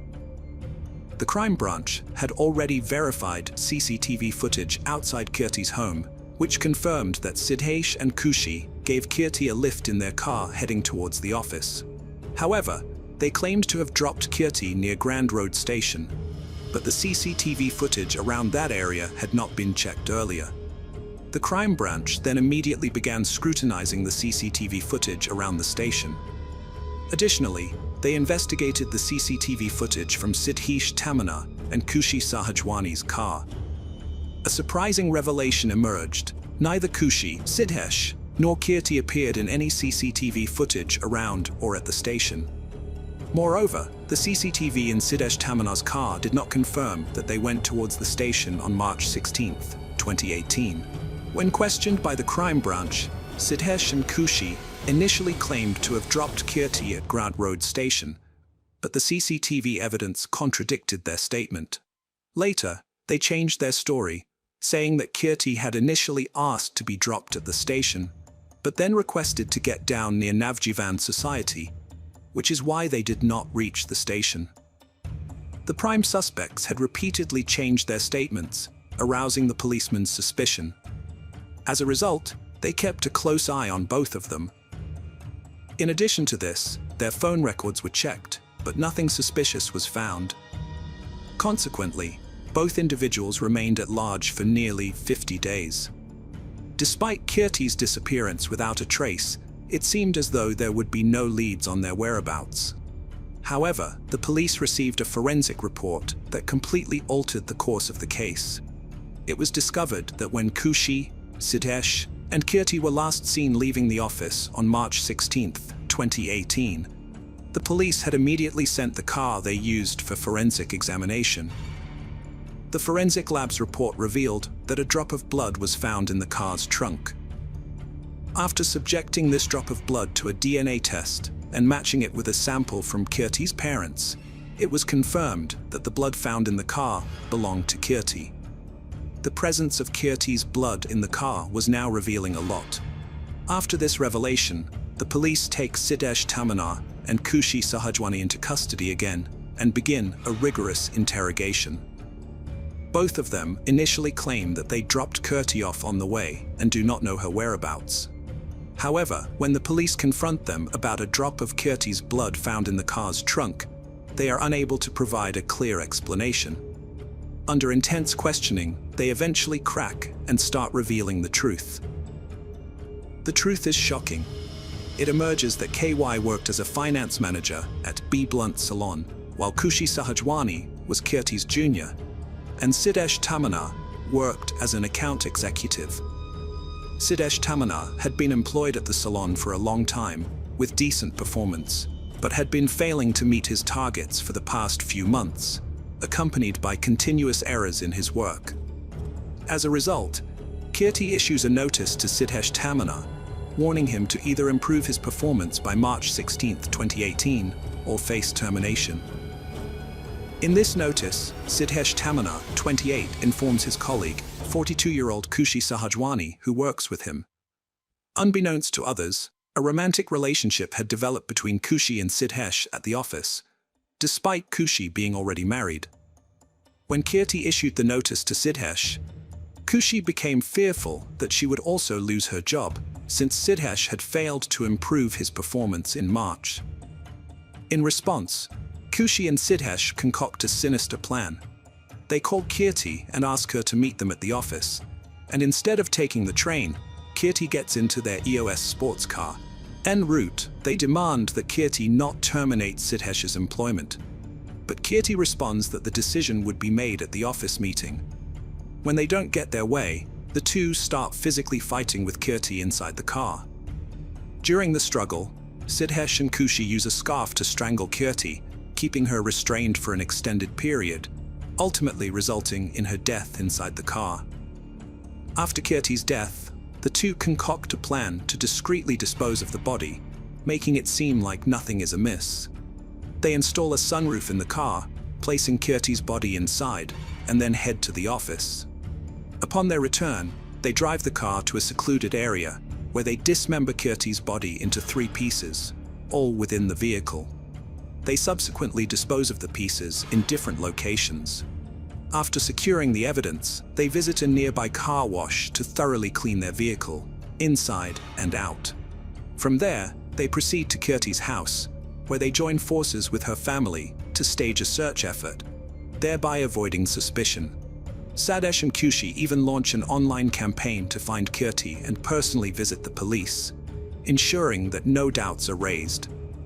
Despite their confidence in evading detection, their luck takes a dramatic turn when the car cleaner's negligence leaves behind a trace of Kyrti's blood in the trunk, ultimately exposing the entire incident.